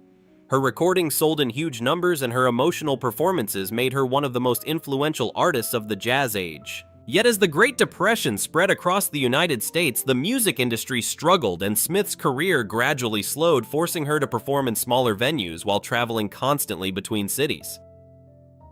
In the early morning hours of September 26, 1937, Smith was traveling along U.S. Route 61 between Memphis, Tennessee and Clarksdale, Mississippi. Her companion Richard Morgan was driving while Smith sat in the passenger seat. Ahead of them on the dark highway was a slow-moving truck. As Morgan attempted to pass the vehicle, he misjudged its speed and the car slammed violently into the truck in a devastating side impact collision. The crash tore apart the roof of the vehicle, leaving Smith with horrific injuries, including severe trauma to the right side of her body and a nearly severed arm. Morgan survived the crash, but Smith lay critically injured on the roadside as passing motorists rushed to help. A surgeon named Dr. Hugh Smith happened to arrive at the scene and immediately tried to stabilize her injuries while waiting for an ambulance. Eventually, she was transported to a nearby hospital in Clarksdale, where doctors amputated her injured arm in an attempt to save her life. Tragically, Bessie Smith never regained consciousness and died later that morning. After her death, rumors began circulating that she had been refused treatment at a white hospital due to segregation laws in the American South. However, doctors involved in the rescue later denied that such a refusal had occurred. Smith was buried in Philadelphia in 1937, and although her grave remained unmarked for many years, thousands remembered the woman whose voice had once defined an entire era of music. We're curious, what time are you watching this video right now? Drop the time in the comments and let us know. Heche. On the morning of August 5th, 2022, a quiet neighborhood in Los Angeles suddenly became the scene of a shocking and fiery disaster. Actress Heche, known for her roles in films like Volcano and I Know What You Did Last Summer, was driving her Mini Cooper through the Mar Vista area when something went terribly wrong. Witnesses later reported that the car was traveling at an extremely high speed, estimated to be around 80 miles per hour in a zone where the limit was only 25. Within moments, the vehicle veered off course and crashed directly into a house on Walgrove Avenue. The violent impact immediately sparked a massive fire, trapping Heche inside the burning car as flames quickly spread through the damaged building. Emergency responders rushed to the scene, but the intensity of the fire and structural damage made rescue efforts extremely difficult. Firefighters battled the blaze for nearly 30 minutes before they were finally able to reach the wrecked vehicle and pull Heche from the flames. She had suffered severe injuries, including second-degree burns across parts of her body, extensive smoke inhalation, and a fractured sternum caused by the collision. She was rushed to a hospital and later transferred to the Grossman Burn Center in West Hills, where doctors fought to stabilize her condition. Despite their efforts, Heche never regained consciousness and remained in critical condition as medical teams continued treatment. After 6 days of intensive care, Heche was declared brain dead on August 11, 2022, a condition recognized as legal death under California law. Her heart continued to beat for a short time while she remained on life support so that her organs could be donated, honoring a wish she had expressed during her life. Her death shocked Hollywood, and tributes poured in from colleagues and fans who remembered her talent and courage. Investigators later determined that the crash was an accident caused by excessive speed and the devastating fire that followed the impact. Though her life ended tragically, Anne Heche left behind a legacy of memorable performances and a career that spanned more than 3 decades in film, television, and theater. Lisa Lopes. In the world of 1990s music, few artists stood out quite like Lisa "Left Eye" Lopes. As a member of the legendary R&B group TLC, she helped create some of the decade's most influential hits, bringing a bold personality and unique style that fans instantly recognized. Behind her fiery public image, however, Lopes was also searching for deeper meaning in her life. By 2002, after experiencing both success and personal struggles, she decided to travel to Honduras on a spiritual retreat. Surrounded by the quiet jungles and guided by meditation, fasting, and an alkaline diet inspired by Dr. C.B. Lopez, hoped the journey would bring her clarity and peace. During her stay, she even filmed her experiences with a handheld camera, documenting her thoughts about life, destiny, and the challenges she had faced. Just weeks before her death, a disturbing incident occurred that deeply affected her. A young boy named Byron Fuentes was accidentally struck and killed by a vehicle in Lopes' traveling group. The tragedy shook her emotionally, especially after she realized the boy shared the same last name as her own. Lopes reportedly began to believe that a spirit meant to take her life had mistakenly taken the boy's instead. Friends later said she carried a strange sense of unease during the following weeks, even as she continued recording footage for what would later become the documentary The Last Days of Left Eye, revealing a more vulnerable side of the famous rapper. On April 25, 2002, Lopes and several companions were traveling in a rented Mitsubishi Montero while filming more footage of their trip. As she drove along the rural road, she suddenly swerved to avoid a vehicle that had stopped ahead of her. In the sudden maneuver, Lopes lost control of the SUV, which flipped multiple times. She was not wearing a seatbelt and was thrown from the vehicle, suffering fatal head and chest injuries. Of the 8 people inside the car, she was the only one who died. Her sudden death shocked fans around the world, leaving TLC and the music industry with an irreplaceable loss. Even today, the haunting footage from her final days and the strange coincidences surrounding the trip continue to leave some wondering whether Lopes sensed the tragedy that awaited her. Cliff Burton. At just 24 years old, Cliff Burton had already become one of the most respected musicians in heavy metal. As the bassist for Metallica, Burton helped shape the band's powerful and aggressive sound during their rise in the early 1980s. His unique style, blending classical influences with distorted bass lines, gave Metallica a depth that set them apart from other metal bands. By 1986, the band was riding a massive wave of success following the release of their third album, Master of Puppets, which quickly became one of the most influential metal albums of all time. Fans and critics alike believed Burton's talent would help push Metallica to even greater heights. In September 1986, Metallica was touring Europe to promote the album. After a performance in Sweden, the band boarded their tour bus to travel overnight to their next destination in Copenhagen, Denmark. Before settling into sleep, Burton and guitarist Kirk Hammett played a simple game of cards to decide who would get the most comfortable bunk on the bus. Burton won the game with the ace of spades, taking Hammett's usual sleeping spot. None of them realized that this small moment would become one of the most tragic twists of fate in rock history. Early in the morning on September 27, 1986, the tour bus suddenly lost control on a rural Swedish road and skidded off the highway. According to the driver, the bus had hit a patch of black ice. The vehicle flipped onto its side, and Burton, who had been sleeping in the upper bunk, was thrown through the window. The bus landed on top of him, killing him instantly. The rest of the band members survived with minor injuries, but the scene left them devastated. To this day, some members of Metallica have questioned the driver's explanation, noting that they could not find any ice on the road when they returned to the crash site. Whether caused by black ice or another factor, Cliff Burton's death shocked the music world and forever changed the future of Metallica. Jessica Savage. In the competitive world of American television news, Jessica Savage was a trailblazer. Born in Pennsylvania in 1947, she began her career in broadcasting while still in high school, working as a radio disc jockey before studying communications at Ithaca College. Her talent and determination quickly pushed her forward in the industry, and by the 1970s she was working as a reporter and anchor in Philadelphia. In 1977, Savage made history when she joined NBC News and became one of the first women to anchor a national evening newscast alone. Her intelligence, professionalism, and strong on-screen presence earned her respect in a field that was still dominated by men. Yet behind the polished image, Savage was known to struggle with intense pressure, personal tragedies, and rumors about emotional and substance-related challenges. On the evening of October 23, 1983, Savage went out for dinner with her boyfriend Martin Fishbein, who was a vice president at the New York Post. The couple dined at a restaurant called Chez Odette in New Hope, Pennsylvania, sharing a bottle of white wine before leaving around 7:15 p.m. Outside, heavy rain had begun to fall, making the narrow roads slick and difficult to see. Fishbein was driving a rented Oldsmobile Cutlass Cruiser, while Savage sat in the back seat with her small dog. As they attempted to leave the restaurant parking area, Fishbein accidentally took a wrong turn down a poorly marked road that ran alongside the Delaware Canal. In the darkness and rain, the car moved too far toward the edge of the narrow path and suddenly plunged over a canal wall, flipping upside down into the deep water below. The vehicle quickly sank into thick mud, trapping both Savage and Fishbein inside as water filled the cabin. Fishbein died instantly, while Savage reportedly spent her final moments desperately trying to open the doors and escape.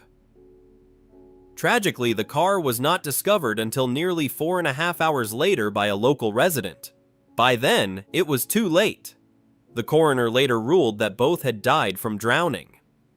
The shocking accident ended the life of one of television journalism's most promising figures at just 36 years old, leaving behind a legacy as a pioneer for women in broadcast news. George S. Patton. Few military leaders in American history were as bold, controversial, and respected as General George S. Patton. During World War II, Patton earned a reputation as a brilliant battlefield commander, leading the U.S. 7th Army through the Mediterranean campaign and later commanding the powerful Third Army as it swept across France and into Nazi Germany. His aggressive strategies and relentless determination made him a legendary figure among soldiers. Yet Patton's outspoken personality and blunt comments often brought him into conflict with political leaders and other military officials. By the end of the war in Europe in 1945, the once celebrated general found himself assigned to a quieter administrative role far from the battlefield where he had built his reputation. On the morning of December 9, 1945, Patton set out for a pheasant hunting trip near Speyer, Germany, hoping to lift his spirits after months of frustration with his new assignment. He was traveling in a 1938 Cadillac limousine with his chief of staff, Major General Hobart Hap Gay, while Private First Class Horace Woodring drove the vehicle. As they moved along a road lined with abandoned military vehicles left over from the war, Patton reportedly pointed out the wreckage and commented on the destruction around them. Moments later, a U.S. Army truck suddenly turned left in front of their car while attempting to enter a nearby depot. The Cadillac collided with the truck at relatively low speed, but the consequences were devastating for Patton. While the other passengers escaped without serious injuries, Patton was thrown forward into a metal partition inside the vehicle. The impact fractured several vertebrae in his neck, leaving him paralyzed from the neck down. He was rushed to a military hospital where doctors worked to stabilize him, but his condition remained critical. 12 days later, on December 21, 1945, Patton died from complications related to his injuries. The sudden death of the famous general sparked decades of conspiracy theories, with some speculating that the crash had been arranged to silence him because of his outspoken views about post-war politics. However, historians generally agree that his death was the result of a tragic accident, bringing an unexpected end to the life of one of America's most formidable wartime commanders. James Dean. James Dean was one of the brightest young stars in Hollywood during the 1950s. With his intense acting style and rebellious image, he quickly became a symbol of youthful defiance. His breakthrough role in East of Eden earned critical acclaim, and his growing fame suggested he was on the path to becoming one of the biggest actors of his generation. But outside the world of film, Dean had another passion that thrilled him just as much as acting auto racing. He loved speed and had recently purchased a sleek Porsche 550 Spyder, a powerful sports car he nicknamed Little Bastard. On September 30th, 1955, Dean was driving the Porsche towards Salinas, California, where he planned to take part in a racing event. His mechanic Rolf Wutherich sat in the passenger seat while friends followed behind in another vehicle. Earlier that day, Dean had already been pulled over and given a speeding ticket, but he continued his journey along U.S. Route 466 as the afternoon sun began to fade. As Dean approached an intersection near Cholami, another driver, 23-year-old Donald Turnipseed, attempted to make a left turn across the highway. The two cars collided almost instantly. Dean reportedly tried to swerve, but the impact was unavoidable. The Porsche crashed violently, throwing the actor into the wreckage with devastating injuries. He was rushed to Paso Robles War Memorial Hospital, but was pronounced dead shortly after arrival. James Dean was only 24 years old. His sudden death shocked Hollywood and transformed him into a lasting legend, especially when Rebel Without a Cause was released soon after, forever linking his image with the tragic myth of a star gone too soon. Star gone too soon. Star gone too soon.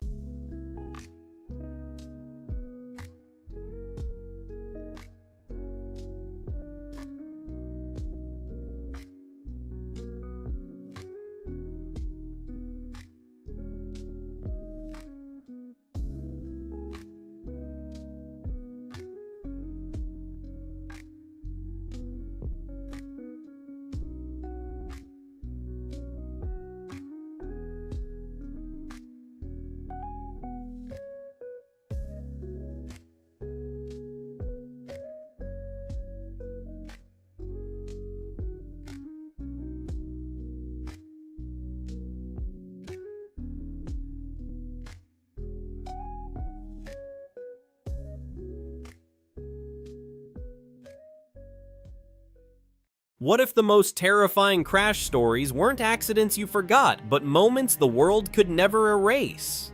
These are the 8 most disturbing car crash deaths of all time. Tragedies so sudden, so violent, they shattered families, shook nations, and left questions that still echo years later. From rising stars frozen in youth to ordinary mornings turned catastrophic in seconds, each crash became more than a headline. They became haunting reminders that in a single heartbeat, metal can twist, flames can rise, and history can change forever. Jean-Claude Leonard. October 23, 2015 began as a quiet autumn morning in southwestern France. Jean-Claude Leonard, 73 years old, boarded a local bus with his wife and dozens of fellow retirees from the small village of Petit Palais-et-Cournon. They were members of a senior citizens club setting out on what was meant to be a short scenic trip through the vineyards near Puissaguin. Many on board were lifelong friends. Some were married couples who had spent decades side by side. It was an ordinary outing, simple and familiar, the kind of day that carried no hint of danger. Only minutes into the journey, as the bus traveled along the narrow, winding departmental road D17 near Puissaguin, a logging truck approached from the opposite direction. The truck was driven by 30-year-old Sia Alexandrova with his 3-year-old son inside the cab. The vehicle was hauling timber and gasoline for chainsaws stored in an external tank. As it entered a sharp curve, the truck appeared to lose control. It jackknifed across the road and collided head-on with the bus. The force of the crash ruptured the truck's fuel tank. Gasoline spilled onto the roadway and quickly spread beneath the bus. Within seconds, sparks ignited the fuel. Flames engulfed both vehicles almost immediately. Survivors later described how rapidly the fire spread, how plastic interior panels melted and thick smoke filled the cabin. Many passengers were elderly and had limited mobility. Escape routes became blocked by heat and chaos. Jean-Claude Leonard and his wife had just fastened their seatbelts when the impact occurred.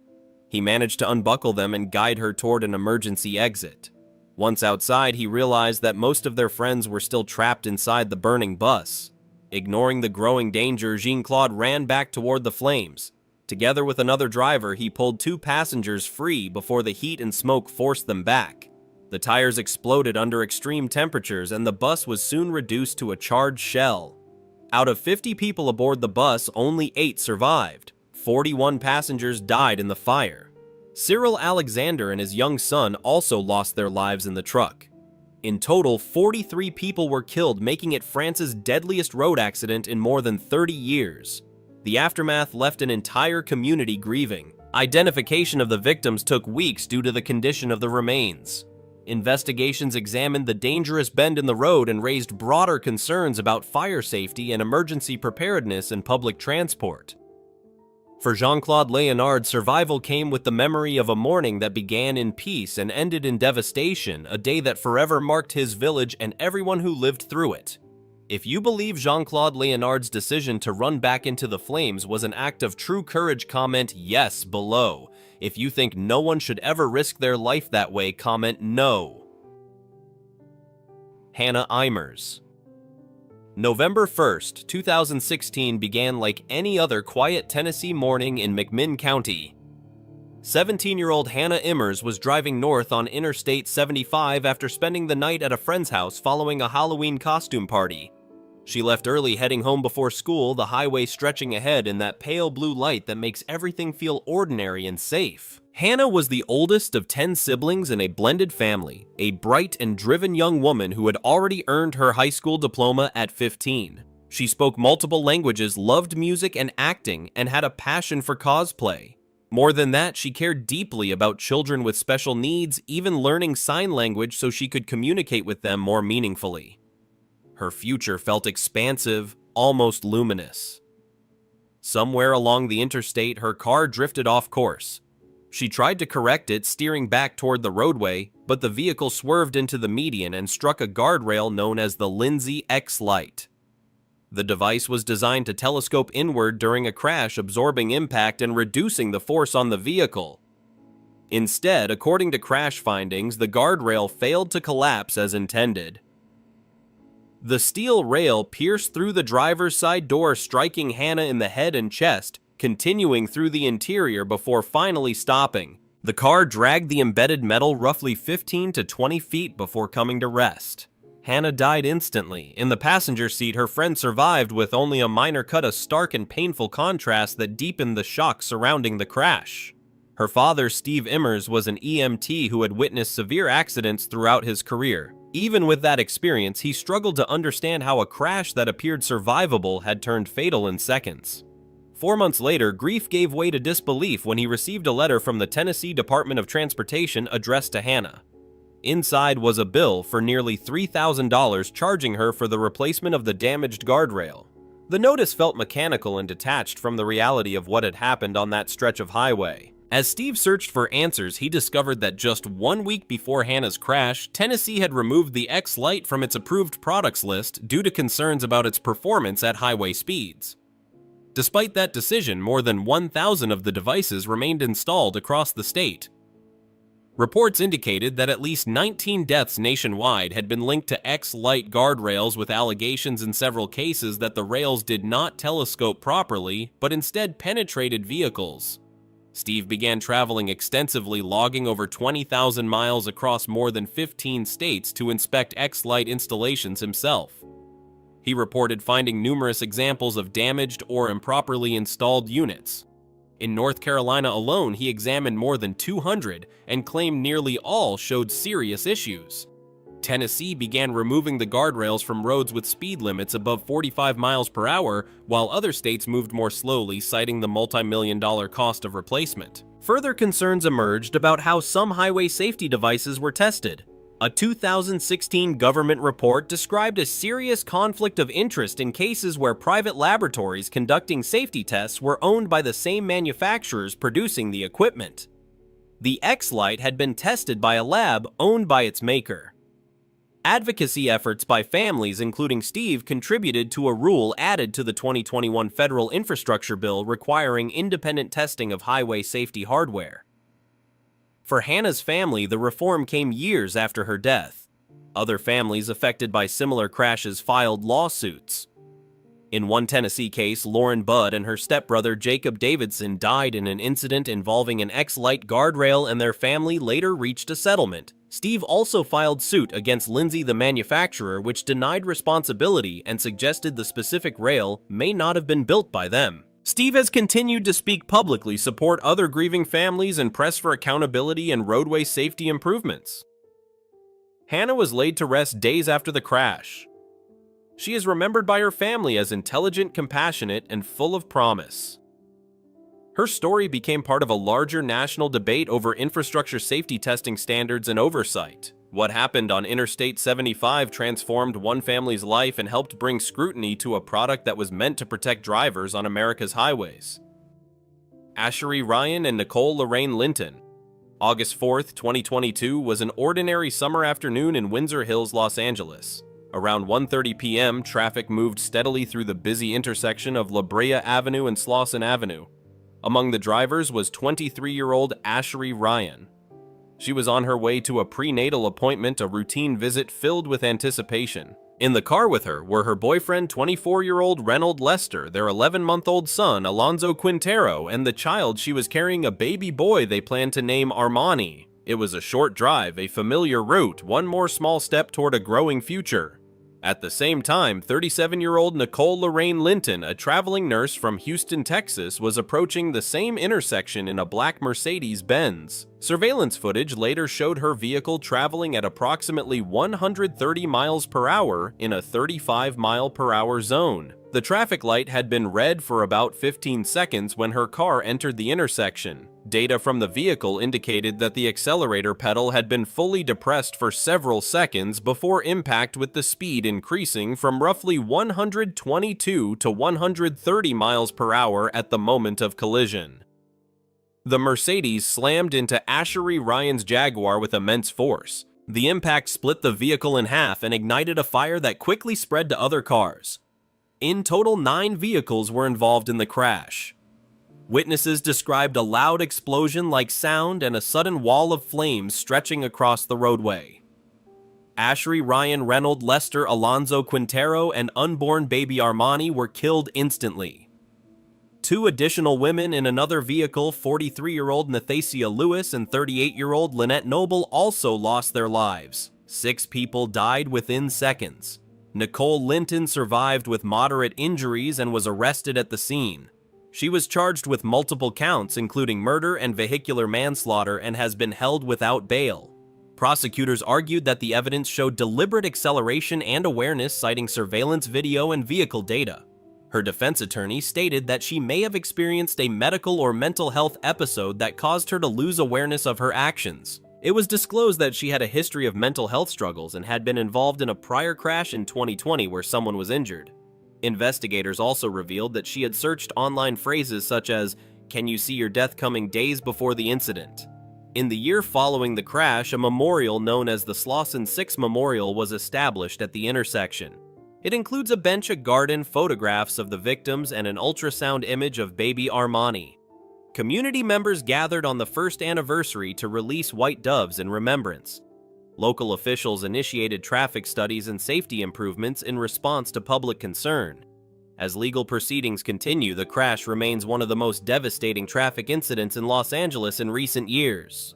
What occurred in a matter of seconds at a busy intersection permanently altered multiple families and left a lasting mark on the Windsor Hills community. If you believe justice must be fully served in the case of Ashery Ryan and the Slauson 6, hit like and comment 1 below to stand with the families who are still waiting for answers. Gracie Machado Brooklyn. Triplet, Austin Holt, Madison Robertson, Addison Gratz, and Memory Wilson. On March 22, 2022, in the small town of Tishomingo, Oklahoma, 6 teenage girls left their high school campus during their lunch break. It was an ordinary midday moment in a town of just over 3,000 people where everyone knew each other and routines rarely changed. Packed into a 2015 Chevy Spark built for 4 passengers were Gracie Machado, Brooklyn Triplet, Austin Holt, Madison Robertson, Addison A.J. Gratz, and Memory Wilson. They were between 15 and 17 years old. They were close friends. They were simply going for a short drive. Less than an hour later, all 6 were gone. The crash occurred at a location locals call the Y, where Oklahoma State Highway 22 meets U.S. Highway 377. The intersection is shaped by a sharp curve and limited visibility, a design that residents had long described as dangerous and confusing. Around 12:30 p.m., the girls were traveling east on Highway 22.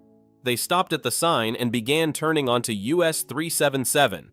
At that same moment, a large rock-hauling semi-truck driven by 51-year-old Valentin Burton was approaching along the highway. Burton, a grandfather and volunteer firefighter, was wearing his seatbelt and was not injured. According to investigators, he was unable to stop in time. The truck struck the Chevy Spark on its side and pushed the small vehicle nearly 300 feet. The impact crushed the car. Emergency responders arrived to find it torn apart. Only the 2 front seat occupants were wearing seatbelts. 4 of the girls, including the 16-year-old driver, died at the scene. The remaining 2 were transported to a hospital where they later succumbed to their injuries. The names of the victims quickly spread throughout Tishomingo. Gracie Machado was remembered by her sister as a best friend. Brooklyn Triplet was known as a cheerleader and softball player described as loyal and kind. Austin Holt was active in the Future Farmers of America and proudly showed prize hogs at local events. Madison Robertson's family called her a beautiful soul. Addison Gratz was deeply cherished by her grandfather. Memory Wilson was a young mother with a small daughter who depended on her. Photos from the scene showed the Chevy Spark completely destroyed, a pink steering wheel cover still visible inside the wreckage. The Oklahoma Highway Patrol confirmed the crash happened just beyond a 90-degree curve on US 377. No criminal charges were filed against the truck driver. Investigations by state authorities and the National Transportation Safety Board followed, examining road design, visibility, and contributing factors. Safety experts noted that crash risk increases significantly when teen drivers carry multiple underage passengers. Research indicates that even one additional teen passenger raises the likelihood of a crash, and the risk grows with each added passenger. Seatbelt use was also a concern, particularly because Oklahoma law does not require backseat passengers over the age of 7 to wear one. The tragedy devastated the town. Signs reading "Tishomingo Strong" appeared throughout the community. Classes resumed with counselors available for grieving students. A candlelight vigil was held on the school's football field. Country singer Blake Shelton, who owns property nearby and had previously lost his own brother in a crash, shared condolences, reflecting the heartbreak felt across the region.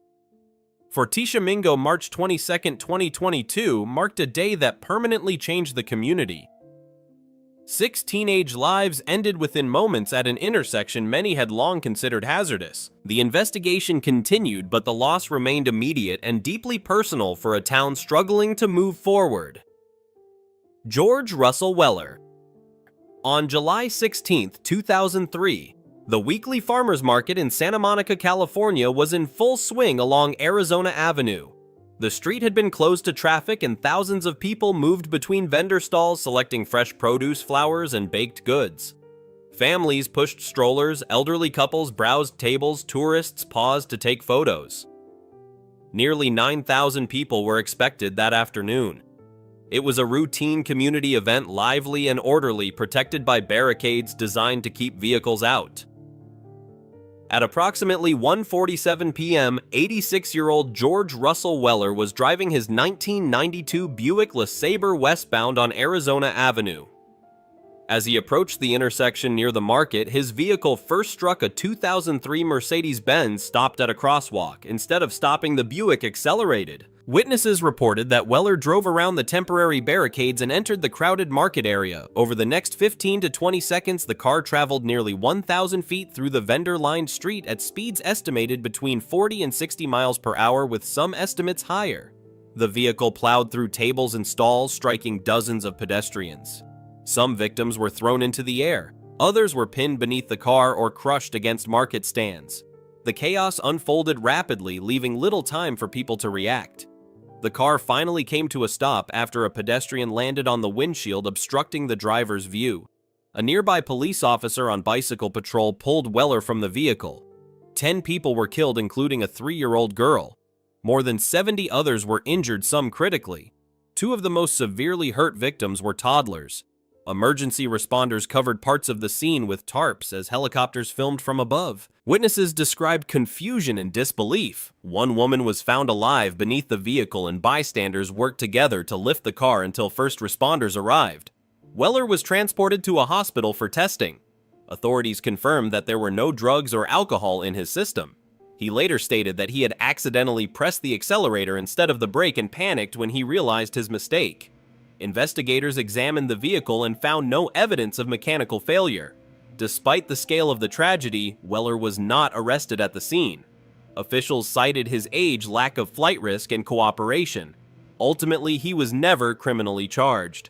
In the years that followed, more than 30 civil lawsuits were filed by victims and their families. By 2008, the city of Santa Monica had paid approximately $21 million in settlements. Questions were raised about elderly driver oversight and prior warnings regarding traffic safety at the market location. 3 years before the crash, a police officer had reportedly expressed concern that the market's layout could pose a risk.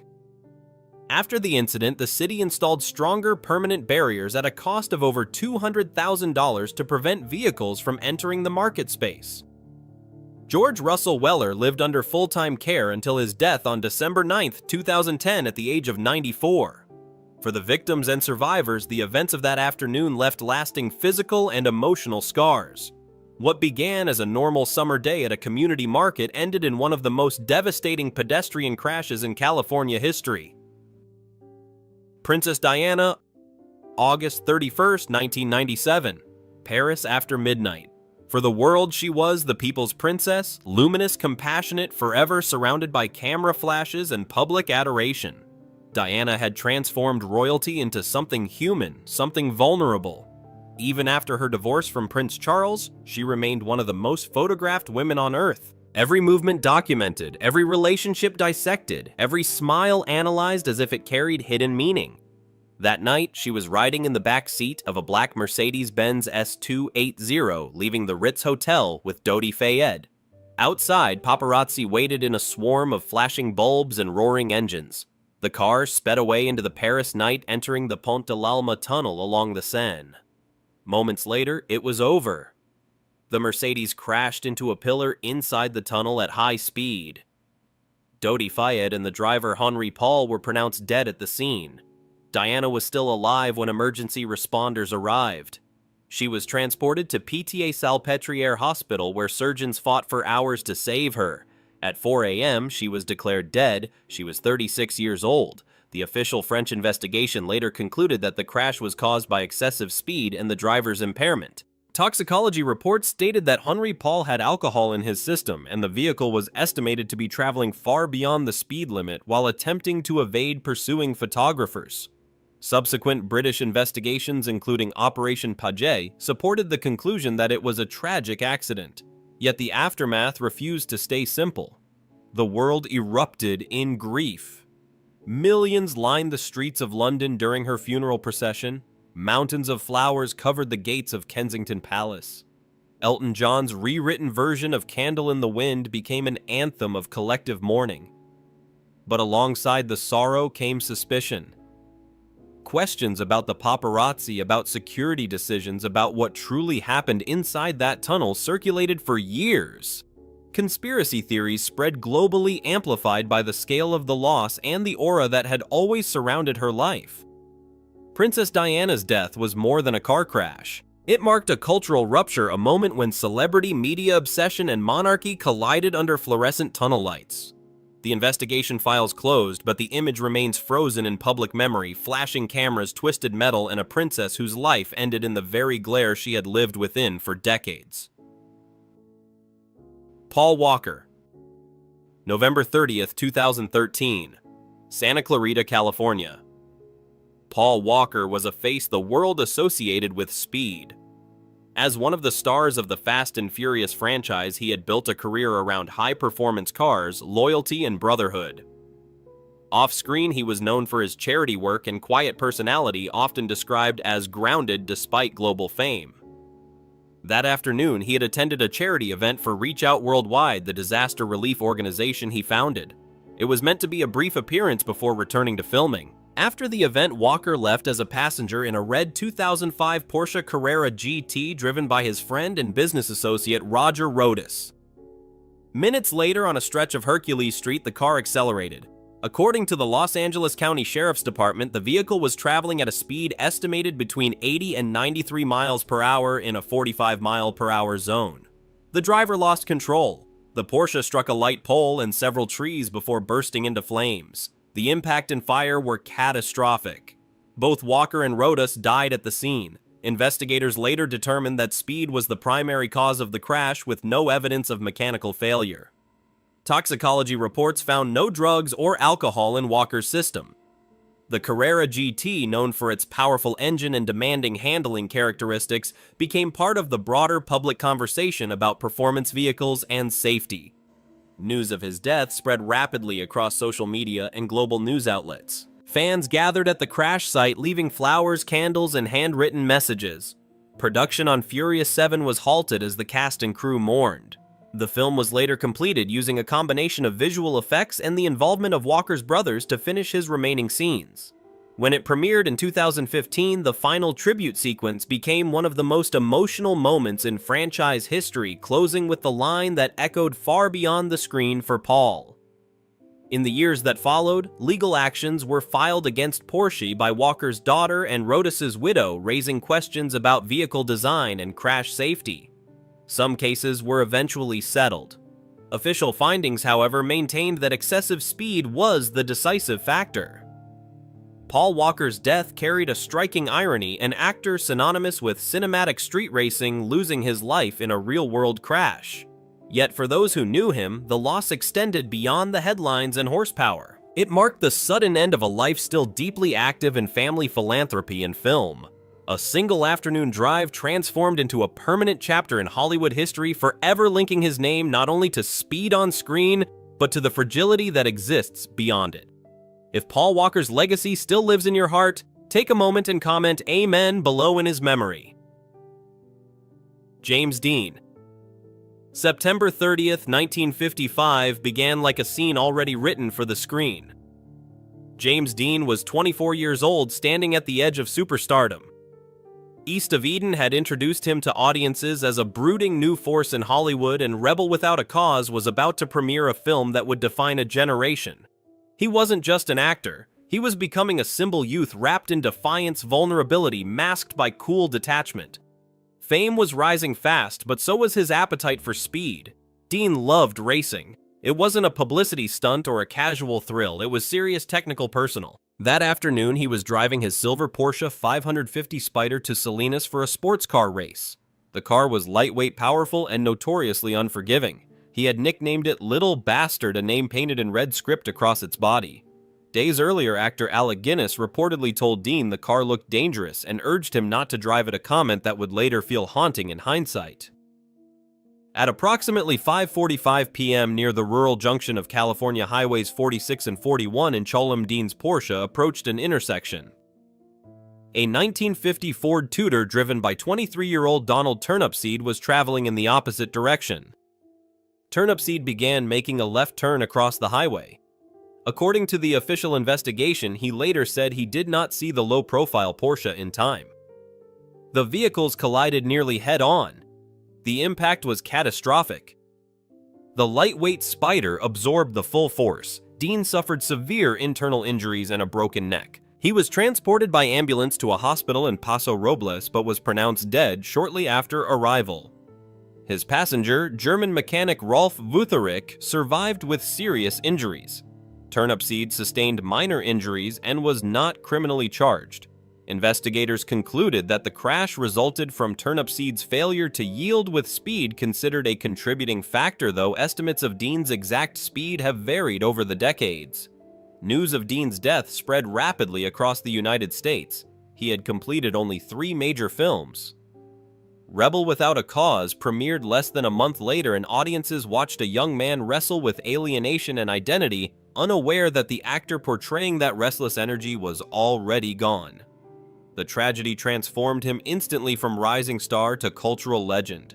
His image, red jacket, intense gaze, cigarette between fingers, became permanent, untouched by time. In the years that followed, stories surrounding the wreckage of the Porsche fueled further fascination. Parts of the car were reportedly sold, and accounts circulated of subsequent accidents involving those components.